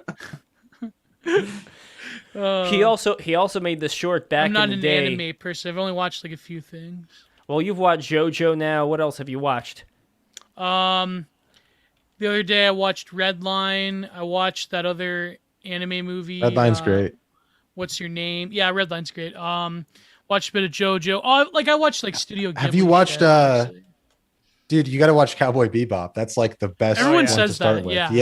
Yeah. Maybe Lane in the future. Lane looks pretty interesting. Yeah, Lane is awesome Yeah. too. Have you seen Daikon 4? This was one of the first shorts that Gynax did back in the day with this bunny girl. Oh, you know what else have you I haven't watching? seen that, but I do know a Icon bit 4. about Gynex. You know that one? You know what's crazy? It's like even when like Looks like DBZ. yeah, a little. It does actually. No, but even when Japan is doing like or like when anime is doing like ironic postmodern humor. Like, do you know that one show with like a bunch of shorts, just references other things? Family Guy? Pop Team Epic. Yeah, Family Guy. No, Pop Team Epic. Yeah. Yeah. Family Guy. I've seen. I'm not as into anime as you might imagine. I just watch a few. Yeah. I've watched a few of the really good ones. I have seen Pop Team Epic, but I know what you mean though, where it's like short. I've seen stuff like that, where it's like a short, almost like skit based Yeah. premise and setup, like 5-minute segments, right? Like short Yeah. little segments. Yeah. I like. Have you seen It's like the Gunbuster? TikTok of anime, essentially. Exactly. Have you seen Gunbuster? That was one of the other earlier Gynax stuff. No, I've seen Evangelion and Fully Cooley. I haven't even seen what's the one with the drills? I'm meaning to see that one. Yes. What is that damn it, I don't called? remember the name of it. But I've only Yeah, seen the Evangelion and Fully Cooley from Gynex. Well, these are the costumes over here of the Gunbuster staff, if you will. This is what they wear in the future to battle the Yeah, aliens. that's pretty much Twitch girls.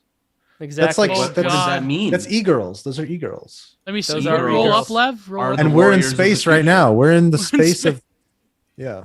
So it's Only true. girls on OnlyFans are actually We're in the net warriors in training. cyberspace. We're in cyberspace. Yeah, exactly. Well, E-girl- speaking of, e-girl to e-girls- OnlyFans pipeline. Is Exactly. Exactly. You get it. The space So one warrior. of- That's where it ends. One of the Space Warriors, things I they're Space tried, Warriors. one of the things I tried doing, which you were successful at it, although I tried getting slightly different people, originally what I wanted to do a stream with e-girls and gooners. So I tried to raid Wait, the what goon is a caves. gooner exactly? Oh no, you asked it. Oh no. Gio, do you want to do You it mean this like time, old or should internet I? users, like old? No, No, no, not like no. something awful. No, they come. Okay, see, I know about something. Here, okay, here's what happened. Hold I on, grew hold up on. on something awful. Yeah, I know. You guys have.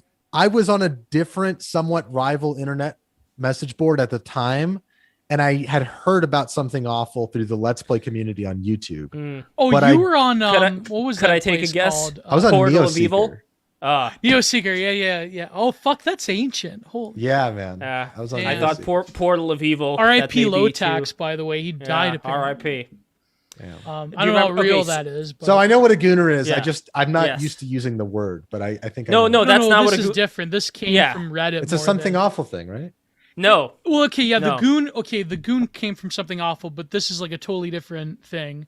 It's Yeah. like people on Reddit who probably at one point were on something awful, describing themselves. Okay, so a gooner is like, imagine Tantra, but like for a coon brain.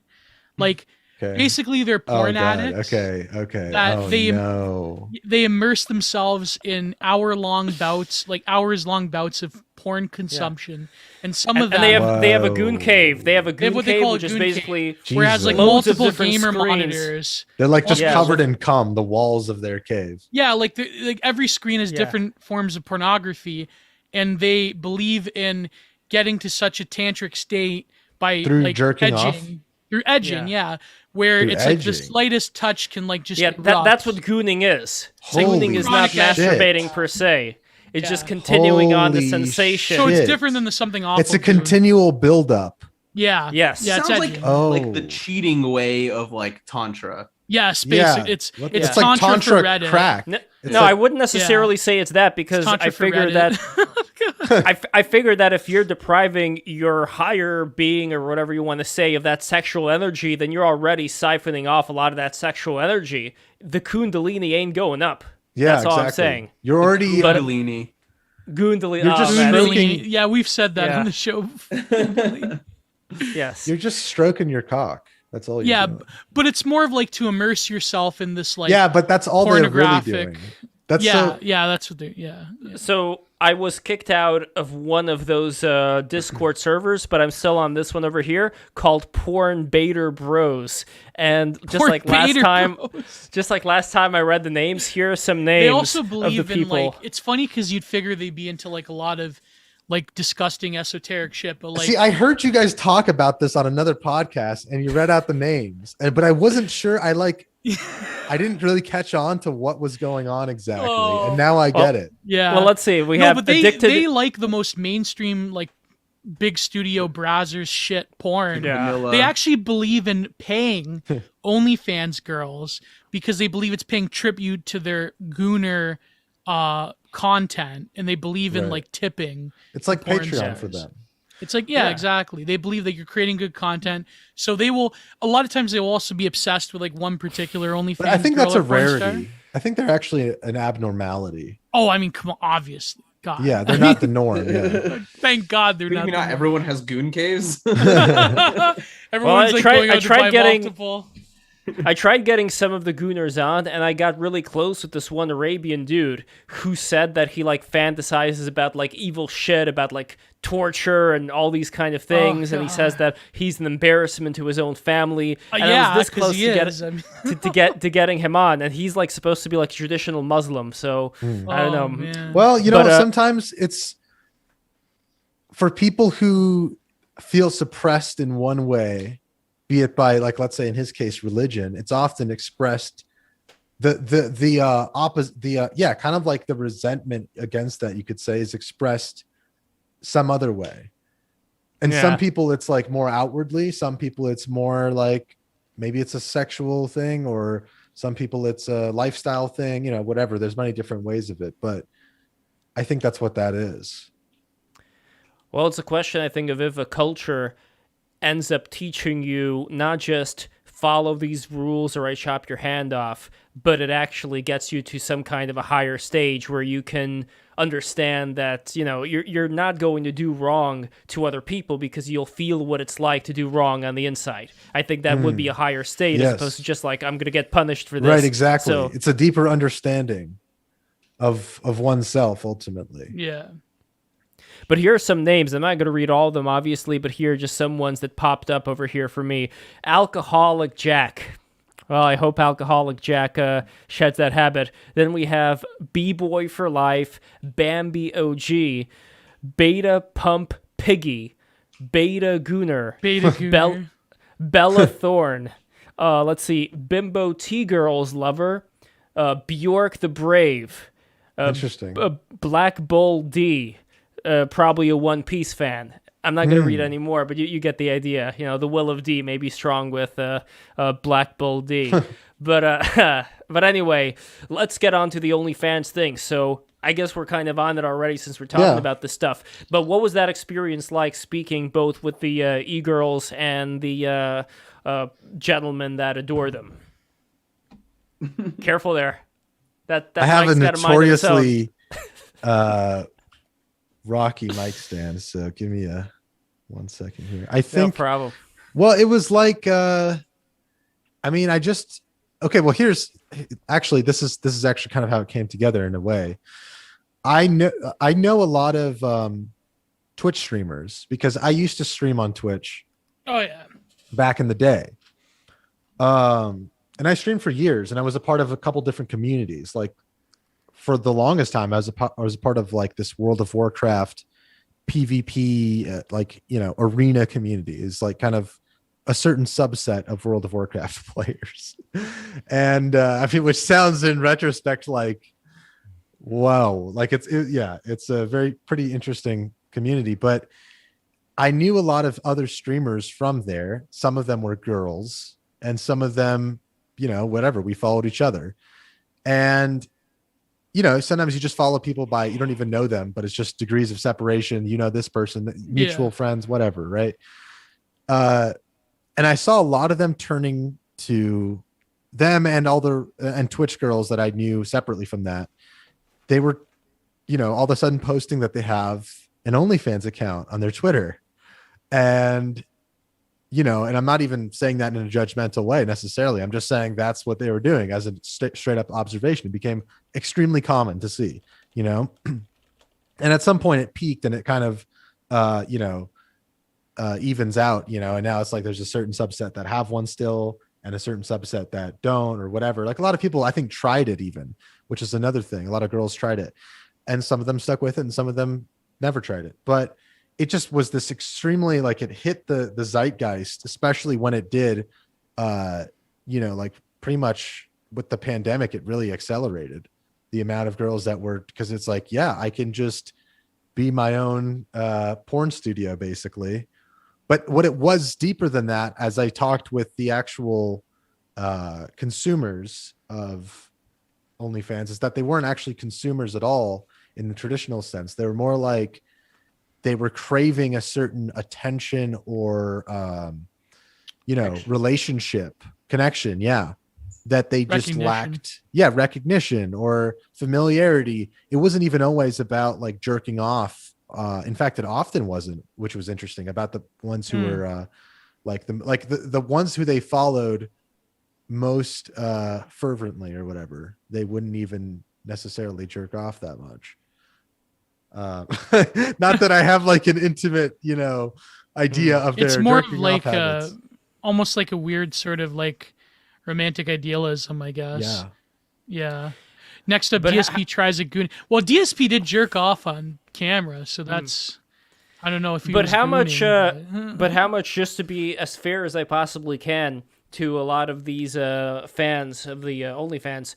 They didn't seem like total pathetic losers, by the way. They didn't seem like they looked like this sort of like media stereotype of an incel. They looked like just normal, maybe like just like normal, not exact particularly like alpha guys. You know, they didn't have like serial killer vibes, put it that way. They just No, but not even that. As far as being fair to them, how much relationships in general are such that there is a certain exchange, whether we're talking about money, whether we're talking about security, but there is not really that strong connection, which I guess you could call love, you could call it whatever you want, where it does feel like it's transactional. Like, I'm the boyfriend, here's the girlfriend, we do Yeah. the thing, we have sex, and that's it. Like, I don't know. I don't know in A general. lot of and it is this the question, transactional yeah. anyways, in other words. Yeah, and to a certain extent, like I said before with the ego thing, I think a lot of relationships are, but But it some doesn't have are to be more at than all. others. It doesn't have to be at all. How rare is it, though?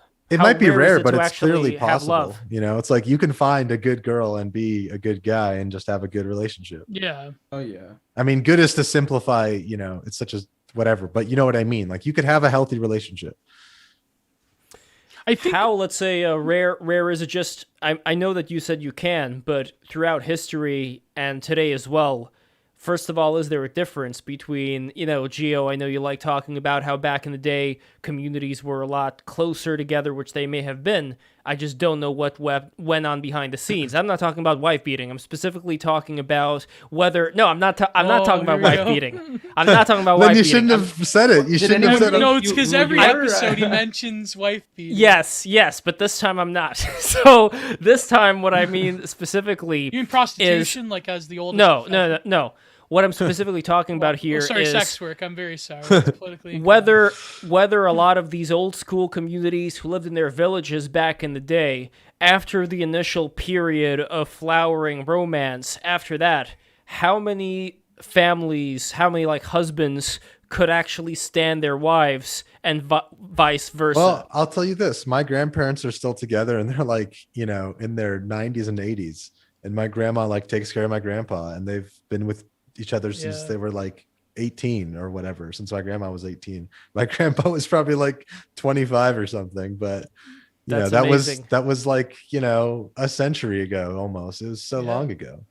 And that's just I- how and I- things were. And that was I think a lot of what's going on right now with relationships is in complete disarray, Yeah. which is kind of like the greater point I was hoping to allude to with the video. And I don't even know how clear that came across, but it's like, this is just a problem that we're all dealing with in different ways. Again, like going, you know, the technology philosophy thing, without going too deep into it, but it's just to get people to realize that on some level that like these divisions are unnecessary.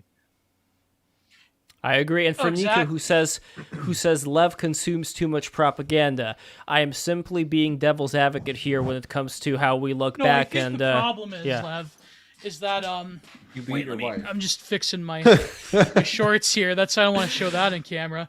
Well, I don't have a wife yet, so you know. No, we'll well, see. I think the problem is what people consider romantic love itself is sort of like the way that most people picture it is sort of like a modern, like I would say, Hollywoodized invention, because marriage was done for a variety of reasons other than just either immediate physical attraction or some kind of inner pull towards a romantic other. But it's more of like there was a lot of conventional reasons why people stuck to marriage for such a long time, even in societies where we didn't particularly have like, because again, like all this stuff, it's relatively recent. Even the nuclear family, the way it's structured, like back in the day, it was more of a communal thing. Like you lived with your relatives and you had like, it was different. Like nowadays, so much is predicated upon sentiments that are of quote unquote free choice that don't necessarily, you know, result in like lasting relationships. It's a lot of what's happening too is people are so individualized that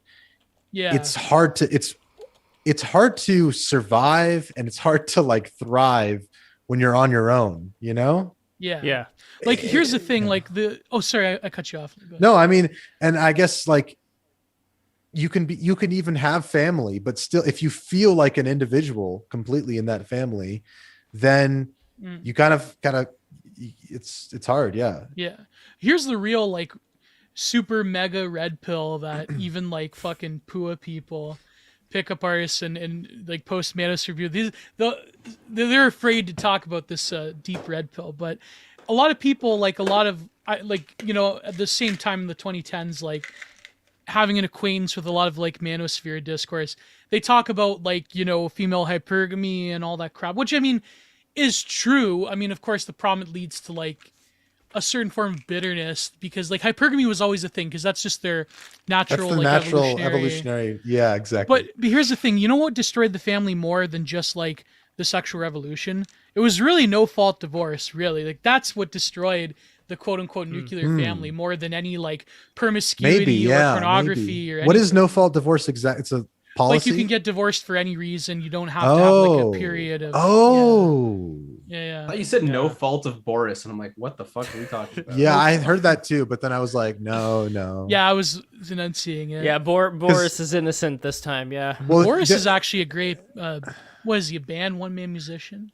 Yes. Rapper? It's funny that you say that, because Boris is the name of me and Sam have a mutual friend who we talk to online in a setting just like this. We have made a song called "Throw Boris into the Ocean" because she has a cat named Boris. Who? Oh no! Yeah, it's a long convoluted great. story. The cat's throw Boris in the ocean is just a metaphor for freeing yourself. Oh, it's a metaphor. Yeah, it's a deep. So there's a connection with Boris here, but we can send you the song if you want to hear. It's very Weezery. Yeah, it's really good, actually. So it was an association. I helped write it. Yeah, but no fault divorce. I came up not with the Boris. Yeah. I think like that's lyrics. Yeah. Oh, well, I see what you mean with the no fault divorce, and all these are big problems. What I was pointing at though is slightly different. So when we're talking about there being like a higher rate of suicides, there being a disconnect, obviously we're not talking about. Yes, we're not talking about 100%. Yeah, well, we're not talking about 100% of the population. Yeah, we're talking about there just being slightly higher than whatever came before, because we have to compare one thing to another. So in the sense that I'm talking about what were most relationships like, I'm not saying that there was not a practical need for those particular relationships to be back in the day. What I'm just wondering about is how often were there great scenarios like the ones that Glink said to us regarding his family, his grandparents, and how much was it, let's say, you were married off to somebody back in the day who you really couldn't even stand, and now you were just stuck there with this person that you just really didn't care about, and nothing ended up coming of that. That happened, yeah, obviously. Yeah. But it happened. Extreme. But what I don't know is like when we say something happened, did something happen 50-50? Did something happen to a bigger extent? Because this is how I want to approach a lot of these things. How do we solve problems? What class you're in too, because usually when it came to divorce, like that was a trend that was started by upper classes. Let's face it, because lower classes, they didn't have. If you were part of a peasantry class, you really got married for a variety of reasons that wasn't necessarily like your own personal sentiments. Like there was a lot of like labor and class issues involved in who got married to whom and like who stuck together. Like it seems nowadays we're going back to almost like an older way of doing it, where only like really rich people or really poor people are the ones that have kids and end up staying together relatively. Yeah, but not like a based form of a muck farmer feudalism. No, it's like a tech. It's like some stupid techno feudalism. Yeah, tech serfdom. California ideology feudalism. They'll sit in the pods, eat the bugs. Meanwhile, watching what was it? Project Melody. They're going to be watching Project Melody. That's the Project Melody. What the fuck is this? That's the future. Oh, I have to look. What is Project Melody? That's the Gooner's future. Like AI OnlyFans girl kind of thing. Oh, like an anime. Holy shit! Oh man, what the fuck is this? 2070 coming right at you. This is terrible. I'm gonna try to find the most safe for work picture I can. K-Sun? Look, yeah. Is that the K-Sun? Is that like K-Sun? We're back in Vietnam. No, we're back in Vietnam.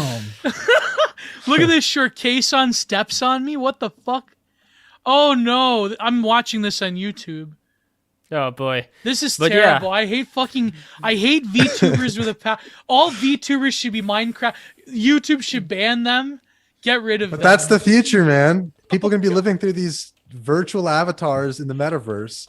Okay, I came to a realization the other night. I want to hear what you guys think about this. Am I off my rocker or am I on the right path? Okay. Hear me out on this, okay? The sun is the natural light. You could equate it to God's light, okay? Mm-hmm. Phones, They have a man-made light. The light Yes, of uncreated light. exactly. Yeah. And that is like the self. When you look at a phone, you're really looking at yourself. I mean, it's called Black Mirror, the show, because it's a reflection of yourself. And even like your interests, your likes, what you watch, it's all a reflection of the self. When you're more into your phone, you're into yourself. And the self is Satan, Lucifer. It's both. Both are within you. You have God and you have Lucifer. Okay. Bearing that in mind, say this metaverse thing and something like it, and tech companies in general adopt something like it. These things really take off. And say people do live like bugs. That too. They eat bugs and they live like bugs in a pod, consuming, gooning the matrix of screens all around them. It'll be a nice, comfortable, warm screen. It'll be like a bathtub, really, with like a screen around it. That's like nice. It's going to make it seem nice. But that's the matrix, right? That's hell. Oh yeah. And heaven is like ascending to God's plane, Out which of is Plato's cave. Yeah.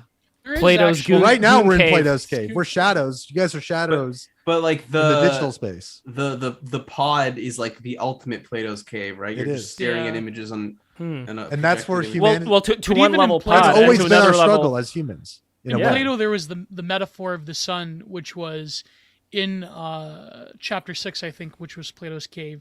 So like there's a bunch of like metaphors along with the cave. The metaphor of the sun is like he equates it to the form of the good. So like how the light gives us the ability to see reality. Yeah. The form of the good is the highest form because it gives us the ability to intuit God. reality, right? Yeah, It's so God. so like there was this meme actually. It was like one of those like it was appropriating like a rage text meme, but it was like the cell phone is like the demiurge because it's a black screen that projects light that shows you the knowledge of the universe, right? It's like that. Lev, you know the one I'm talking about. You've probably seen this. I think our friend Outlaw. But how often are you really accessing the knowledge of the universe with a phone these days? With Yeah. everything being that's- so censored and so controlled. And I find myself jumping between Twitter, Instagram, and my camera, Yeah, and music, pretty Spotify. And I find music to be the best use of my phone, actually, because music is something that's kind of surpassing the.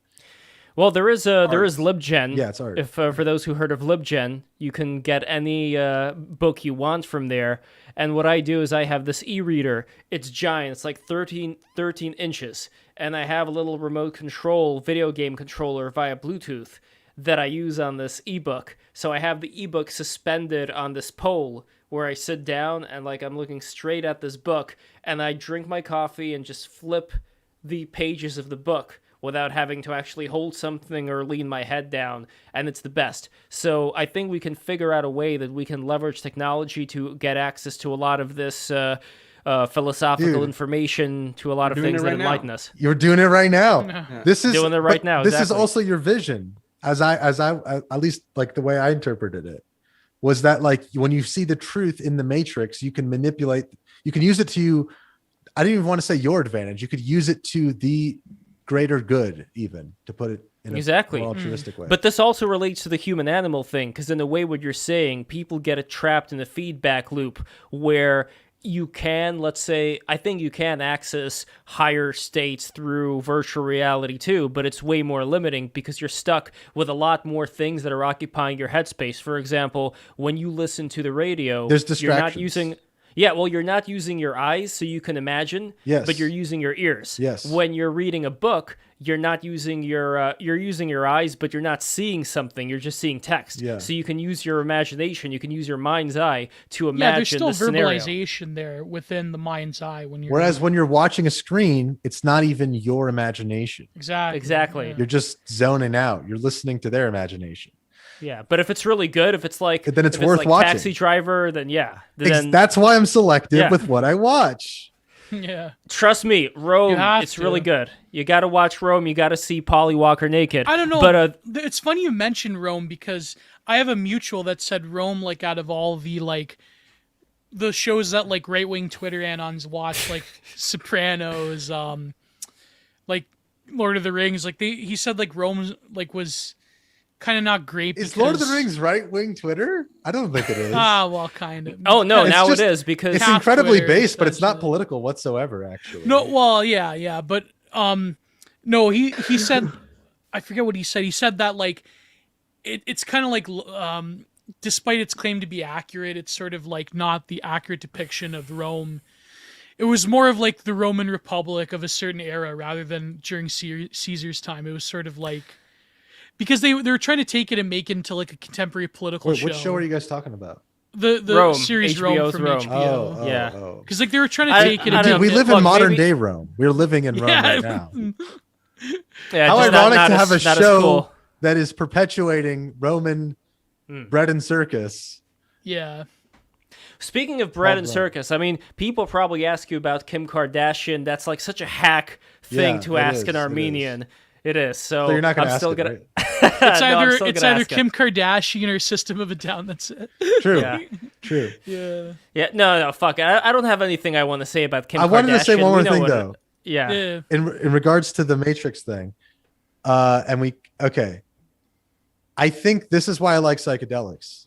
When you do them in the right setting, let's say in nature, in a beautiful sunset, whatever, you're reminded of how amazing God's creation is and how much better it is than like anything else. Yeah. Yep. It's true. There's You're also looking an with fresh element of there's also an element of fear, and what you said right now, Slush, looking with fresh eyes. I'll give you this example. This is like both one of the most brilliant and scariest things that have ever happened to me. I was in the Russian-Turkish baths in New York City on 10th Street. and Not it's a those great type place, of a lot- bathhouses. Really. Actually, I was funny gonna you should ask. say that because they have certain days where they are those types of bathhouses. Oh, and I had to really? find that out. Still? Yes, Oh my I had to God. find that out the hard Roman way. days? Yeah, Roman days, exactly. I hope they clean out. Do I they hope go in with a clean- toga? Okay, so here's what happened. I hope they So clean them I out usually- afterwards for the regular page. I usually go to the Russian baths, and I go there with my mindfold, my Alex Gray mindfold. In fact, I may have one lying Dude, I gotta around see. here Can somewhere. you vlog this? I want to see this in action. What is a mind? Sure. It's a blindfold. Here, You're like later Jimi on- Hendrix. You're like white Jimi Let- Hendrix. later on, I'm gonna show you what it looks like. But anyway, it's this thing Alex Gray invented that completely covers your eyesight. So Oh, hell I yeah. go to the Russian Heaven, yeah. baths on a Thursday, and first thing I notice is that all the men are naked and there are no women. So this is a men's only time, which is fine, whatever. Less stuff to Wait, wear. men Less and things. Wait. women Your go- eyes are closed, but you notice that they're naked? No, let me explain. My eyes aren't closed when I get into the bath. Hold on, Gio. Fuck you. Hold on. Hold on. Listen. You- I go to the baths. First of was all, la- I can't. This was I can't go to the baths with the mindfold on because I'll trip. Right, Because right, there's a okay. stairway. Obviously. Okay. Yeah, obviously you cannot wear the Wait, men mindfold and women when you're go actually together, going. Lev? It would be kind They of do. alpha to walk in if you memorize the layout of the floor. Walk in blindfolded. That's what I a don't know Russian. that men and women were that's what- together though. Like, Well, in- that's by the way what Glink said right now. This is Yeah. what Russian You're like submarine. Neo.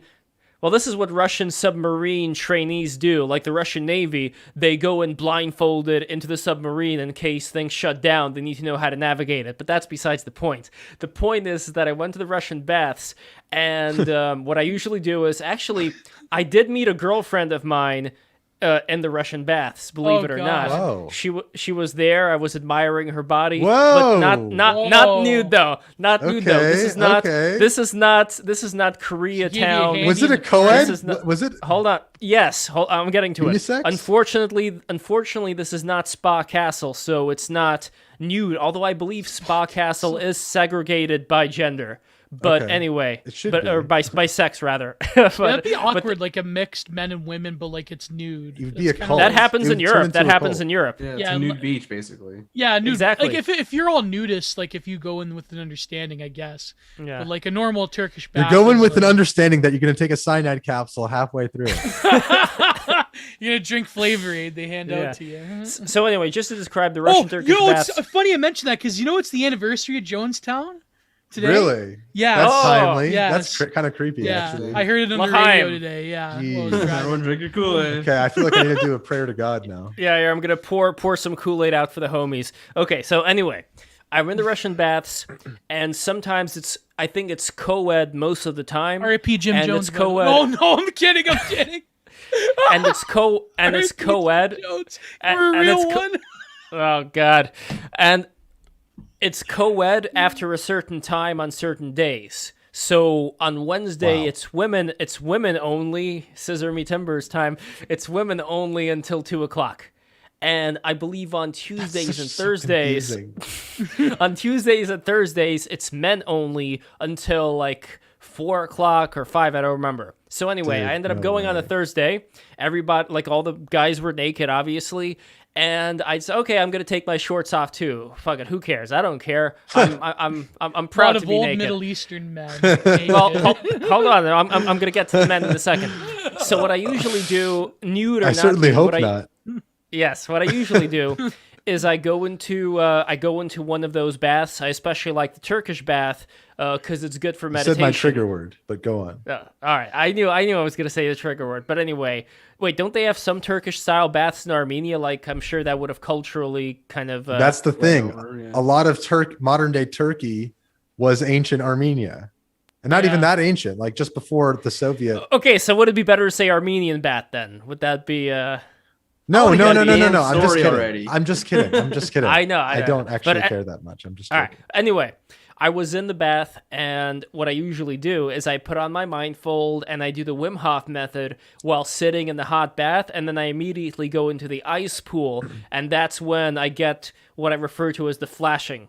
When things get so intense that at one point I ended up seeing kind of like what looked like angel wings sprouting out there, which kind of looks like the rod of Caduceus, and you've seen that imagery everywhere. You know, like the like that medicine Did it symbol. look like the biblical angels, where it's like the eye surrounded by wings? Wheels within wheels. Yes. Well, technically speaking, when I do the meditation, if you recall, like those images of those vortexes that were swirling around that I was able to turn into letters of the alphabet, those vortexes, if I pay attention to what they actually look like, what they look like is like balls that are spinning in circles. And those are kind of like eyes. They're like orbs. They're like eyes that Yeah, are spinning okay. in these circles. And here, I'll show you this example here. Look at the chat. one Sometimes second. when I try to meditate, I'll close my eyes and I'll notice like weird light patterns that are like kind of faint and fading, constantly moving in my like closed eye state, if that makes sense. So I don't know if that's something similar to what you're describing. No, I that think that's I think it different. is. Well, it may be related. I mean, over here, you see the first image that I posted here. You see those little balls, those little orbs. Yeah. And they're in 3-dimensional space. This is kind of what it is. So when I think of those biblical angels, this is the first thing I'm reminded of. And what I basically got from doing a lot of this meditation is that everything can be reduced to lines and circles, and lines within circles and circles within lines. So it's like you create a shock wave of energy, and that shock wave of energy, it has a center, it has a core, kind of like the sun to our earth. And then from that blooms out other circles which spin around, kind of like a flower growing or a tree It's growing a or whatever. fractal spiral pattern. Armenia's Exactly. one of their most important symbols is a infinite spiral. It's a spiral that's meant to represent infinity. It's just I mean, it's probably, I forget, I don't know what exactly how to, you could probably Google it and find it pretty easily, but it's just like a kind of like a flower spiral that is meant to represent exactly that. Like me and Sam were talking about this, actually. We were kind of going back and forth, but I think we ultimately agree that like it's everything. How would you describe it, Sam? Yeah, that is the spiral pattern I'm talking about. I'm not sure what you're about to say, so When we would talk about like how things are predetermined and they're not at the same time. oh yeah. Like I think that there's one objective source of everything, but everything that's happening is on its own path, so to speak. But you know what I mean? And that's kind of what each line represents, its own path, starting from the same source, but going in its own direction. And eventually it ends up meeting back up when Brahma breathes in again. But it's funny, though. If you were to simplify this symbol, can you guess what it would be? Like, what is the simplest Yeah, it is version you essentially like the swastika. But before the Exactly. swastika, Yeah, it was the- also the symbol of is a Hindu symbol for, is it Hindu, or I don't even know the exact name No, of it's it. not. It's not just Hindu. It's European. yeah. It's everywhere. It's everywhere. Yeah. Yeah. It's an ancient symbol is what it is. That's really all it is. It's an ancient symbol about, so without getting too much into it, I went on a trip this last week, and I actually felt and sort of saw the spinning force that everything is a part of. And I understood the symbolism. Even the cross is like the center of, it's like it's the meeting point. It's the intersection. But these lines are joined. That's exactly why I see the cross in the center of my vision. It's like literally, two sticks, Right. one like this, another one like this. Sometimes there's like two like this as well. And we can see it all over. Like whatever you stare at, it's all in perspective. Everything you stare at is in perspective. Everything is and it all goes- perception. Everything is perception. That's the first thing. Everything is filtered through perception. We're cameras in creation, essentially. Exactly, but now I got to get back to the Russian bath story. No problem at all. This was a great tangent. But when I went to the Russian bath, I do the meditation, I see the visions, yada yada yada. So that day, I ended up going into the aromatherapy room, and I noticed that a lot of these men, they look like the village people. Like one guy has like the burly biker mustache, and I put on the Village People. Yes, exactly. And I put on the Mindfold, and I start doing the Wim Hof method, but then I start hearing in the background these noises like and then I think you can guess what happens next. You took off your blindfold and started joined in on them? Well, unfortunately, the security guard came by around that time, and he put a stop to all these hijinks. And then I was in another bath, the sauna. And in the sauna, there was this poor Asian dude who was just trying to jack it. And then there was the security guard came back in and like, hey, why is that stop so common in there? Jesus. What kind of bathhouse are you going to, man? Because it was gay bathhouse day. It must have been gay bathhouse day. It was the orgy room in the bathhouse. But it was against the rules. You went on the wrong day, the wrong time, buddy. Lev read the shallow forums thread and he like got inspired. No, never mind. Yeah, one practitioner of this particular day referred it when I asked him about what's going on here. He said, "Yeah, this is the witching hour." That's what he calls it. But anyway, this wasn't even the main story I wanted to say regarding the Russian baths. The main story was this. So I went onto the balcony, and everyone there gets high in the balcony. Nice. It's one of the places in New York City where now weed is legal, so it doesn't matter. But like back then, it was in like New one York? of the places. In New York. In the city? Only in the city? Yeah. No, everywhere. Really? It's legal. Yeah. That's wild. It's not legal to purchase, to sell it, but unless you're a special, okay, then it's not really company. legal. There's no dispensaries. No, there are dispensaries, and there are some loopholes, I think. Like, it's become way more loose now. It sounds like it's decriminalized. Yeah, it sounds like it's decriminalized. No. It is legal for you to consume it in public. It's even more legal than in California. Wait, are you from New York? Yeah, I live in New York. How do you survive? What? Technically speaking, I moved somewhere else right now. I'm not going to say where in terms of not doxing myself. But that's a crazy city to be in, especially right now, I feel like. Yeah, I do have a place there still, and it's kind of like living on hard mode, you could say, as far as watching your back. There are certain people who came on the stream who said, no, New York City's fine. I personally think that they're lying to themselves. You must watch Rossman. Louis Rossman? Yes. He is the most base New Yorker kind of guy. Oh, yeah. He's great. By the way, Fallen Student says Lev was visualizing the one-eyed snake. Thank you very much for that, Fallen Student. No, but the important story Lev here, which relates for his to guest appearance on BTR, actually. So. Yes, which relates to what we were talking about. I'm listening. I'm gonna use I have a restroom right here, so I'll still be able to hear you. Right. So keep going, okay? Okay, are we gonna hear you tinkle? No, because the mic is right here. So no. Can you bring the mic with you? I've seen people. That wasn't a question. That was a request. Yeah. They carry the cell phone with them. No, I loved, by the way, in The Sopranos, where you had that scene where the guy says, "I need to go tinkle." Do you remember that? In Anthony Soprano's I thought you were going to dreams? mention Bobby's kid shitting in the shower. I thought you were going to mention that. No. Well, with with that Sopranos episode, I also liked Annette Bening making an appearance there as Annette Bening. I thought that was a nice touch. Annette Bening, by the way, another celebrity I have a crush. Man, what is this MILF pattern going on with all my celebrity crushes? This isn't good. I got to think of somebody younger. Yeah, I got to think of somebody younger. I don't know. But anyway, when it comes to the Russian-Turkish baths, one day I went there, and this was around the time that I did mushrooms. But I wasn't doing mushrooms on that particular day. On that particular day, I went up to the deck, and I was given a kosher joint by this young Hasidic guy, you know, with the paces and everything like that. And when I smoked this joint, I got to look around the deck, and all of a sudden, I started to see what I think is actually going on here. We perceive reality in such a way that I think it makes everything look clearer than it actually is. What I got to see was, instead of seeing what you're usually seeing, I saw this dome.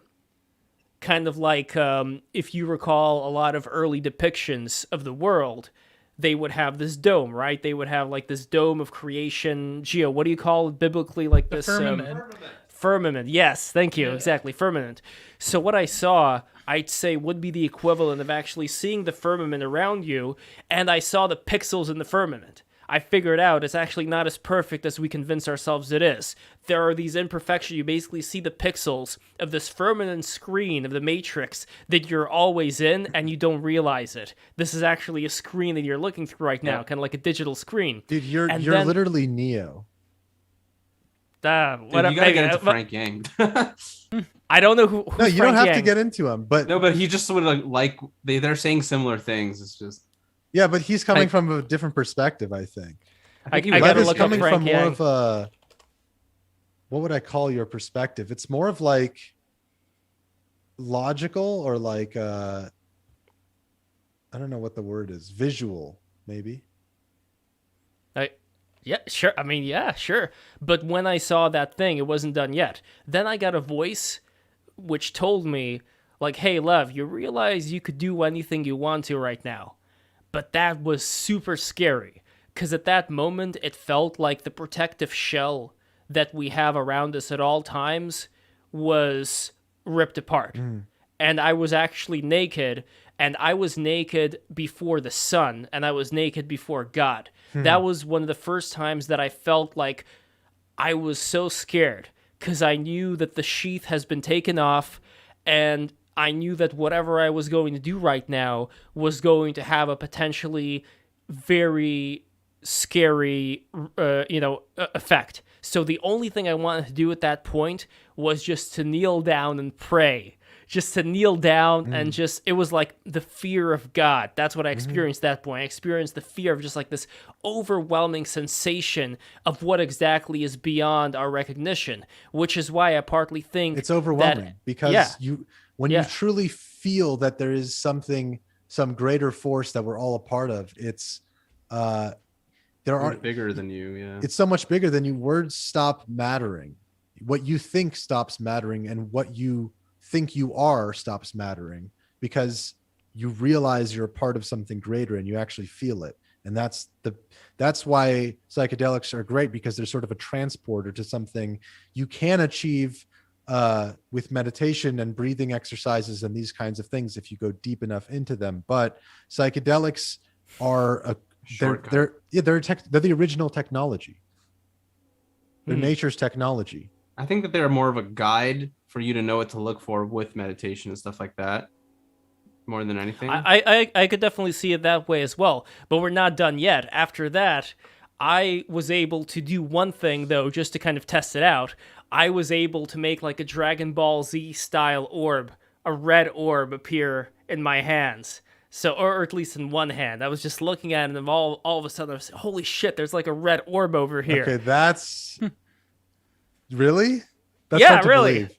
But that's what happened. Only you could see it, right? Yeah, probably only me could see it. That's interesting. Probably only I could see it. But then what happened? Two things happened after that. Number one, there were these people who were right next to me who were just like laughing about, and they were making some joke with a pickle, like they had some pickles that they were eating, and everything started turning red. And I felt like I was in this hellish realm. And it is kind of the idea of the bardo being like, yes, there may be different realms out there, but we also have different bardos inside of other bardos. So you can be in the human realm and still experience the hell world whenever, Exactly. whenever you kind of go there.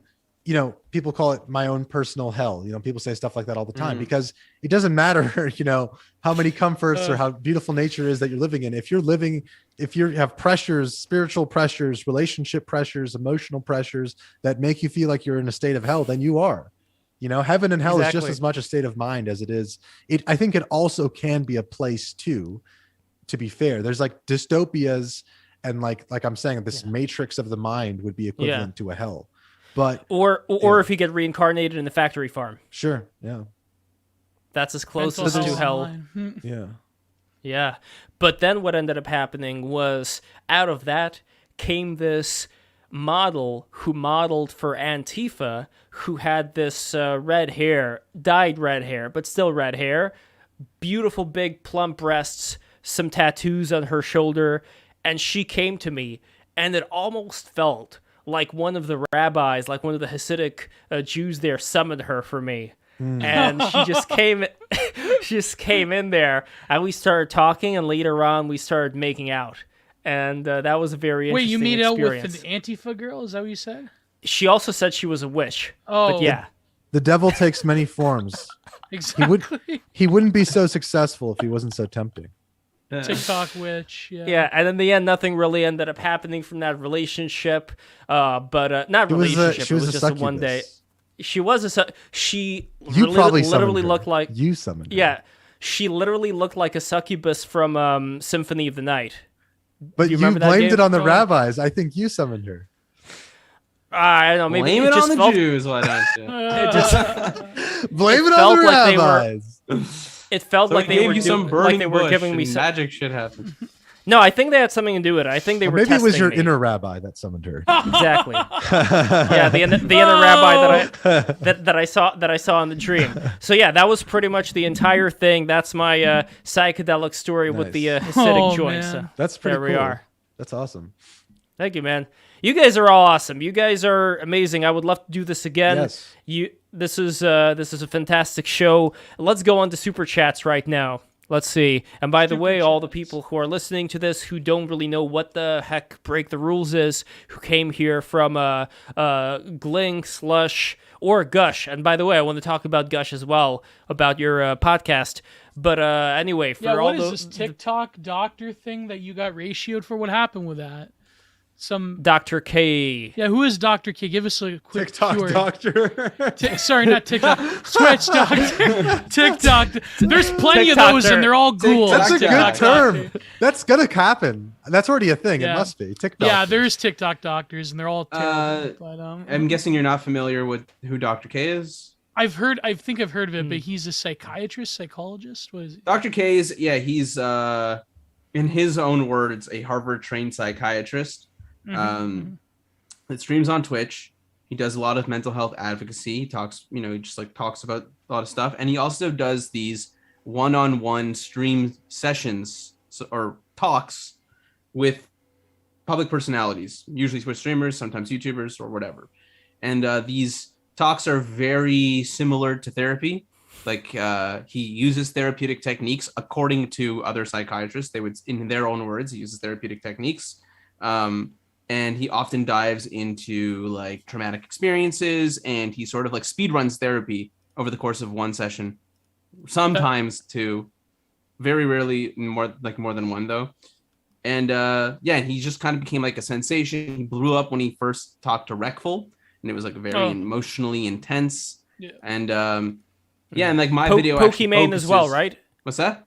He talked with Pokimane as well, right? He's talked with so many people. Lots and lots of people. And so my video was actually focusing on, it's about me questioning the ethics of what he does. Yeah. Because he's in this position of medical authority, and it seems blurring incredibly, the line. I could be wrong. I don't know why people were going after you, but it seems just for what you're saying, incredibly irresponsible. That was my initial perspective when I first heard about him was wow, this guy's amazing. And I was actually working on a documentary on Recful at the time. And it kind of, I was like, wow, he like helped Reckful so much. Later that year, after Reckful took his life, I sort of had a perspective switch. I don't think that he is responsible for Reckful's death at all. Of course not. But I did start to think like, hey, maybe like this wasn't a good idea or whatever to be doing these sessions, and like, I don't know. So I started thinking about it, and about a year later, I put out this video. I thought on it for a really long time. I interviewed some psychiatrists. I interviewed Reckful's brother. I interviewed Reckful's close friends about it, because I came to learn that they felt the exact same way. And yeah, like basically my position is that like these one-on-one sessions, potentially not a good idea, blurring the lines between conversation and therapy, and like there's a lot of potential for disaster, even though there is so much clear potential for good. Like my thought process, we kind of need to like look at this potential for disaster, and I kind of like focused on his relationship with Reckful and like went over specific things that he said, such as like during a conversation. I got a lot of shit for this. I still stand by this. This was like as they were discussing Reckful being suicidal, and Dr. K just goes like, starts telling him that he believes reincarnation is real and all this stuff. And it was like, like things like that, where it was just like, seemed incredibly irresponsible. Also telling him that like he's gonna love him for 2 years so that his BPD will go away, which is like, you shouldn't be saying that. And like the idea that a stable relationship will get rid of BPD is like controversial in itself. Why you shouldn't be putting that in someone's head when you're in a position of medical authority. Anyway, that's actually some people advocate against, like some psychiatrists advocate against having intense relationships while your BPD is flaring up, because that's exactly. That's like controversial in itself. Anyway, sorry to cut you off. I don't want to get like too into all the details. If you really want to like know all what I'm saying about the video, you could just watch it. Yeah, throw it up, Lev.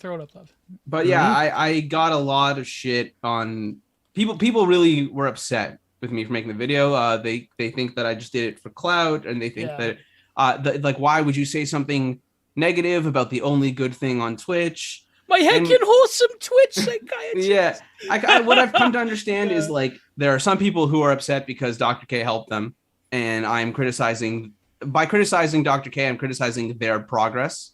Yeah. Then there's also people who, how would I put it? I guess they're just not. They're very uneducated on why we have ethics codes with psychiatry and medical stuff in general. And they just fail to understand. They like watch the video and like, I don't understand why it was such a big deal that the lines are blurred. And it's just like a complete failure to understand in that department, I guess. But I don't blame people for like, why should they be educated on this? They're not doctors, but like a lot of people definitely get attached to personalities, especially on Twitch. And I think that's where a lot of your negative reactions came from, just an emotional attachment. There's like a parasocial relationship that people have with a psychiatrist, which is like all kinds of fucking weird. And that's precisely where people make a lot of their mistakes, is when they follow someone so closely and they think that that person is the truth, the guru, as we started out talking about. You see that so much on Twitch. It's like cults of personality, quite literally. Exactly. And they're not even that interesting. Like, say what you want about Mao Zedong, but at least he wrote poetry, At least, like, he murdered, like, he got the high score in terms of the amount of people killed. The KD ratio. Yeah, but it's still like some kind of personality, some kind of a historical figure, as opposed to Pokimane, as opposed to just like thing. these. Well, Twitter has them too, but it's those purely like, they're kind of like personalities being uploaded to the Matrix is kind of how I view them in a certain way. Because you have to give so much of your time and energy and self, keyword there, to Twitch. Like, these people stream all day, every day. They interact with a virtual chat room. They're essentially talking to themselves. I mean, that's sensationally what's happening, in terms of their senses. So it's like, back to Plato's cave, it's just shadows on the wall. It becomes a feedback loop. And there's a weird thing with doctors, if you notice, Dr. K and Dr. Phil, like another doctor similar who sort of thing. Yeah. Well, it's very performative. It's a role. It's like playing a role. As much as I gotta say, as much as I hate him, and I think like he's a terrible. I'm not gonna Fed post, but like that Big Joel guy, the bread tuber. His video on Dr. Phil was actually This pretty guy's accurate. teeth are fucking terrifying. Yeah. Jesus. No, but his Yeah, video on He Dr. looks Phil was like a actually pretty reptilian. accurate. Yeah, this is the guy that trolled Dr. Phil the bum I know. fights guy. I've seen this. But I he love looks this like a guy. He's shapeshifter. amazing. He looks like Voldemort. The best part was like when he straight up said, "This is ancient history for Zoomers who don't know, but the bum fights thing." But he said to Dr. Right. Phil, where he's like, I exploit people, but you exploit people every day. And Dr. Phil just goes, "No, I don't. It was No, performance you're art. not. out of here. Get him out of No, I here. don't." It was No, performance so art. he said no. He put no, him in the said, corner. Yeah, Yeah. he put him Straight up did. No, Dr. Phil said you just keep telling yourself Keep telling that. yourself That's what he that. said. No, I don't. But Yeah, he speaking brought of- him on just to do that stunt, which is fucking mental. It's performance art. Yeah, Speaking of yeah, performative, going back to Doc K for a second. So, like, in the beginning, when I was describing who Dr. K is, I said, in his own words, he's a Harvard-trained psychiatrist. Well, after I made the video, I had some doctors email me, first of all, just thanking me because they knew about him and they felt the same way. One of those doctors told me that she had looked into him and that he wasn't, like, he didn't go to Harvard. That he went to Tufts Medical School, which is a good medical school to my understanding. And they had like a program that was like financially supported by Harvard or something. And so he used that association to say Harvard trained. Like, I'm all not confirming performance. that I know this for sure because I haven't done the research myself. This is just what a doctor told me in an email. Yeah. But, and for all I know, it wasn't even a real doctor, right? But I mean, the person exists. I Wait, looked them up, which but, like, doctors are real and which ones are fake? Nobody knows. yeah. I think no, but that's the thing about the standards of medicine, because medicalization of all societies becomes so political. I won't get into that because it's the end of the stream, but when it comes to this particular case, I mean, first of all, the number one thing that has been since Freud and Jung, which is transference, which I mean, if a psychiatrist is cultivating a sort of guru-like relationship, I mean, that typically should be warded off at all costs. Yeah. But also the sort of the fabulation that comes with it's on Twitch, it is live. It's like- accessible instantly. Yeah, for everyone. it's not like a Anywhere. documentary on someone who is going through a psychological profile. That is like in the rear completely view. different. That's understanding Completely. someone's. It's like like- you are it's a like fly being on in the- wall in therapy. Exactly. It's like being in the Roman Colosseum in a way, where the viewers they want to see blood. You know that They- guy. Yeah, no, for sure. They want to all see the streamer entertainment. cry, right? Yeah. Or like some Yeah. big breakthrough. You know that psychologist on you? There's a few of them on YouTube. The one guy with the glasses. Who's that guy's name? Oh, Wait, nostalgia critic? No, fuck, not Doug Walker. He's not a psychiatrist. I like how we both said nostalgia critic. He's He's not a psychologist. He could have fooled me. I would love that show so much if this nostalgia critic became Nostalgia like critic Dr. goes to therapy. The show. Oh, that No, could work. performs therapy. Yeah, performs therapy. There- He'll be the psychiatrist. Yeah, there's that one guy. I actually have a Horrifying. friend who works with him in University of Toronto. John Verconde. How do you say his name? Vercum Day. Yeah. I've like that's different when you're giving an analysis of like current events or people of note, or it's different like having an actual fucking patient there Yeah. on a live stream. Like It's performative on some level. Yeah. It is. There's a reason that no one has done that before, you know? yeah. And then I talk Well, about it's this in the kind of video. illegal too. That's another. Well, Oh, yeah, sorry, there's cut you off. all well, technically like he makes them Confidentiality. sign waivers saying that they agree it's That not it's not therapy, therapy, and yeah. all that kind of stuff. That's how he But- gets out of it. That's why I don't even try and argue that it is therapy. I just try to argue in my video that it's from the perspective of Reckful, it was indistinguishable from therapy, and that there was Yeah. evidence Yeah. to support the idea that Reckful believed it was therapy. Fuck, I forgot By what I the was way, gonna how long say. before that kind of stuff gets politicized? It already is actually with Hassan. But, What am I yeah, saying? there is the other side of the story though, Yeah. which is that like it pushes the boundaries.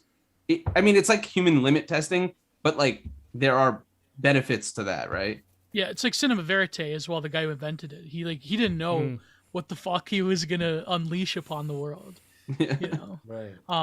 And it's funny because he died in relative obscurity, but look at like how just the grip of like in terms of culture, how like reality TV has like turned out, right? Like and YouTube and Did Twitch anybody is hear almost a like Game Boy or something. What is that? Are you playing something? What? Who are you talking Game to? Boy. No, my Game Boy died a long time ago. But I thought I just heard speaking a of digital sound. Maybe that was something. no, Another tab. that's the Clockwork Elves in your head activating. That's the Clockwork And- Elves. Yeah, I've been in exactly. the cave for too long. Yes, in the Goon Cave. And The best was by the the way, two soy jacks yeah. pointing at the pointing. They're like DMT and they're pointing at Dude. the fucking the machine elf. Lev, you got to get that artwork with the two guys pointing at it, pointing at the cross in the middle of the vision. Yeah. Oh yes. the Beyond Meat chicken soy jacks. That is a good idea. By the way, Fallen Student said Linkara. Were you thinking of Linkara or no? Geo. Oh, if you look up like any generic like Dark Triad on Twitter, I think Linkara. Linkara. Oh my god. Linkara. Yeah, Dr. Todd Grandy. Yeah, that guy. I know. He Grande. kind of How looks are- like Doug Walker a little bit. I don't know. Your stream of consciousness, Grande, Ariana Grande, Whoa. Yeah, Dan Grande. Schneider, Dan the Man Schneider, Dan the Spider Schneider. Oh, Was man. Dan Snyder the cheese pizza? You better know that stand-up someone's paying the Pied Piper. comedian? Oh, So why don't you go on and invite her? It's okay. I have a lighter. Dan Do you want to make it Someone tighter? rhyme for him. Do you want to make it tight? Oh, Nickelodeon, they couldn't get any tighter, so. True. Oh God, Gio. Oh, That's what Dan Schneider was thinking when he had all the feet symbolism in there. fuck. Wait, It can all we? goes back to feet, doesn't it? Yeah, can we find out actually, like the people who installed that giant orange foot in Nickelodeon? Would we be able to find out like who okayed that, who approved Dan that? Schneider? Can we get like Dan Schneider's No, signature? but he has higher like, ups. You're saying you're right. He's got handlers. Yeah. Is For he sure. still alive? They're called footlers. Not only is he, Gio, not only is he alive, but Dan Schneider has He's shed in so Cuba. much weight. Wow. Here, hold on. Let me find a new photo of him because there is a photo of Dan. Here, look at this. This is what Dan Schneider looks like today, Without and feet. without feet. Here, check it this out. Wow. Fuck, am I look? He looks like Sam Hyde. A little bit. No, But he looks still like has Sam the Hyde's jowl. dad. He's got the jowl Wait, hang is like is Boogie. Ariana? Is that Ariana Grande or is she photoshopped? in? Yeah. No, that's that's her. her. She looks like a walking Photoshop image. Yeah, they all do actually. They That's all look Uncanny like Valley. warped. They look like warped, stretched out like photos. It's because they're reptilians. Yeah, they're shapeshifters. That's why. Well, there was that theory back in the day that Schneider was doing the tech for certain shows, like he was an internet whiz. So who knows? Maybe he has like dirty laundry on a lot of people, and that's how he probably was why he able didn't get to. pinched like other people. Yeah. man. Yeah. Who was that guy that did all the boy bands? That Tim Oh, Dillon did a he- skit on. Yeah, that was. love Tim Shit. What's his name? I love Tim Dillon too, You guys but what gotta is the get him name of on that here. guy? Oh God, I that'd be a tried. dream. I tried. I actually personally asked Tim Dillon, but I think that at this point, this is still too small for him. So he, this is. But I asked this like back He'll be in back. like Oh, a Count year. Dankula was on. God damn. Yeah. Yeah, don't discount, man. And We we're had, on. we So had- now that we've been on, Oh yeah. just tell them Glink and Sam were on. Glink and Slush. Blink and Sam. yeah. Now tell them Slush and Greg were on. Tell him Slush and Greg. He's gonna love that. He's gonna hop right in. But you met him in person though, Lev, or you know people. I in- did You did? several How did that times. go? Yeah. Great. You know, he's a nice guy. I mean, I met him several times. Some of the times I met him when he was performing a comedy set. Other times I met him at Skankfest, and I love going to I've heard of Skankfest. Skankfest. Yeah, I this listened was to with some people who go to there. Like it's like That pause. Louis J. it's Gomez. like the Bohemian Grove of Comedy. cool people. No, it is. It's great. Here, I'm gonna find a We had picture Tony of me. Hinchcliffe on. That's Tony they're We Hinchcliffe. did, yeah. He's huge. And we talked to He's him Joe about Chris Rogan's Chan. best friend. Holy shit! Oh fuck! And by the way, guys, I feel like I've got to go soon. Yeah, me too. I gotta go eat. Yeah, me we too. all I'm we all, starving. What the fuck, guys? we all have to go. I want to show you a picture real quick before we all go. I just got to find it over here. But anyway, let's go to Super Chat. Tim Dillon was the best skit. He's like, there's a lot of little twinks running around that owe me their career. This guy, his name was John Podesta? He owned all the 90s boy bands, like Backstreet Boys, and he was alleged to be a cheese pizzaist, and they had to call him Uncle. He had a private jet.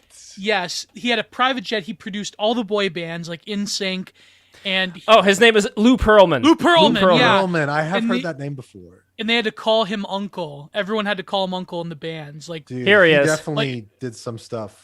Oh yeah, like yeah, there you go. Oh man, NSYNC, yeah. He produced. He was also, by the way, before Backstreet Boys, he was the owner of a blimp company. Yeah, I love that. What was the black one though? The black boy band. There was a black boy band. Yeah, New Kids on the Block. New Kids on the Block. Like he. No, they're not black. They're not. I thought black. they were. They're not black. Boys to Men. Fuck. We got Boys to Men. There you go. He Brockhampton? produced like almost all of them. I thought there was crazy. a black boy band. No, there's no black boy Brockhampton band. for the Zoomers. Yeah, Brockhampton. That is the black boy yeah, band. that's the Even new though there's a one. white guy in there. I'm trying to think of the Unacceptable. The 90s. There had to have been an African American one. I swear to God. No, there had was to a have been group. one.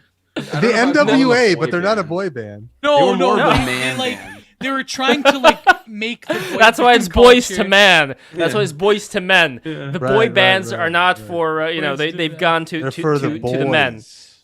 Yes, for the men. What exactly. do you think of it? NWA wasn't around for that long. Only like how I'm trying to think. Well, I like the something diss like track. I like the diss track that Eazy-E did on Dr. Dre No after Vaseline? that. No, real motherfucking cheese. I think that was yeah. where he showed off those old pictures of Dr. Dre wearing women's makeup. Do you know what I'm talking about? Shit. I forgot about that. That's I kind of forgot Dr. showing that off is a little bit of a bitch move on Eazy's part. I think. Yeah, I gotta admit. Yeah. Is it? It was the I guess 80s. so. Everybody private. was into the whole One of feminine. my Glam, favorite yeah, songs glam. is the Eazy-E and Ice-T song "Natural Born Killers" because it was New Jack's entrance music, but like he fucking used it without any that's, like copyright. that's like how normal. That's like how average people dress in LA right now. Yeah, That's not even weird. That's In just fact, like he's Bowie-esque. Everything goes in cycles. but in the looks '80s, great, I mean, though. come on, that was like they The weren't. 30 I mean, I year guess Yeah. nostalgia cycle. no, but even Do you the remember- '80s, like I guess if you were part of the glam, but that's the thing. Yeah. It was, This is the No, do average you remember Twitter that rich person now. Do you remember that sketch from Dave Chappelle? The You average remember the journalist Prince? dressed like- Do you remember the Prince sketch from Dave Chappelle? Oh, yeah. How it was shown everybody was dressed up in the party, like the people he said who were gangsters today, they were like dressed up in this frilly tank top, Right. like the fishnet tank top. Also, that was the considered Boondocks. okay. Boondocks episode. yeah, like Boondocks that. had that. Yeah. Yeah, Gangsta I mean delicious. Prince, I think has a high degree of manliness, but it's done in a similar way to JoJo. I think. You know Yes. what I mean? Like JoJo is so manly Yeah. It's that it doesn't. It's kind of like metrosexual or something. It's like It's the like lead singer of hyper-feminine Montreal. masculinity. The lead Or singer of hyper-masculine Montreal. Femininity. Yeah, well, it's I think like it's an ideal. It's kind of like David Bowie, where it's like an idealized version of the masculine and the feminine. It's not like Yeah. complete androgyny the way that like It's certain everything profiles instead on of Twitter. nothing. It's Yeah, both exactly. instead of Yeah. neither. It's not total androgyny the way that like certain academics think of it, or certain Yeah, people. it was more Tumblr. masculine than anything. It was like so masculine that you can be completely feminine and you're still masculine. Yeah, like glam bands. How many 14-year-old girls did they have? Oh my god, terrible. Mm. There Winger. was also Fucking there was winger. also don't worry, I'm gonna get to super chats right now, but there was also a video with Tupac Shakur back in the day, a young Tupac, where I'll be I've seen honest, he had a little bit of feminine energy going did. on, like with certain But he was saying some real expressions he shit. was making. That's a good interview. He was saying Yeah. some Yeah. true stuff. It was. But I am interested in his history as far as his mom, Afeni Shakur, she was Black Panther. But there was also this whole thing with the feds infiltrating the Black Panthers. Watched the same documentary, didn't you? Yes, exactly. Exactamundo, Telemundo. But regarding that documentary, I wonder if it was necessarily the truth. Maybe she was also part of the three-letter agency, in which case it would make sense, like somebody like Tupac Shakur and the wife of Will Smith. They went to the same school in Washington. Was it Washington, D.C.? I think it was Baltimore, Performing Arts. And so I wonder, like, how many of these celebrities are kind of coached to have a certain kind of image by certain people to get, a certain thing in play. I don't know. Do you know about like the conspiracy of like a lot of the most prominent and influential rock bands of the 60s and artists of the 60s were all sons of, or daughters and sons of people who were in the military and in three-letter organizations? Not all of them, though. It was not like all of them, but Doors. so many of them. Yeah, The Jim Doors Morrison is the was a most military brat. notable one, but most like that wasn't true of the Beatles or the Who or Bob Dylan or Jimi Hendrix or like any of the really good ones. Eric Clapton, but it was also his true of son. quite a few. Yeah, Eric Clapton comes to mind, but he didn't know his father. His father was actually, I believe, a Canadian GI that hooked up with his mom. No Name, I do listen to Porcupine Tree. I like their older albums like In Absentia and Deadwing. His mom hooked up with a Canadian, I believe, soldier, and he didn't know about his father for like almost till he was like 20 years old or something. Butterfly style. Yeah. All right, I know we got to go real soon, so here are the super chats. Onwards we go. 2 hours ago, we got Croin Kicks, $5. Nobody's growing, they're just navel gazing. Well, he's actually going to take that shit back in another super chat. So No Name says for $2, Sneed. Thank you very much. It just Croin has to Kicks. say Sneed. Croin, that's why I say Sneed us the super chats. Then Croin Kicks $5. I take it all back. If Lev got some, then it's not navel gazing. Sneed.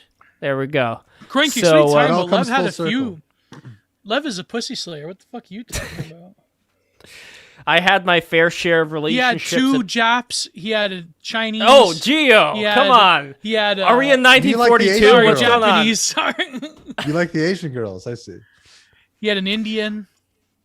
Yeah, well, there is something about like the cheekbones of East Asian women that I find to be kind of like, They're smooth.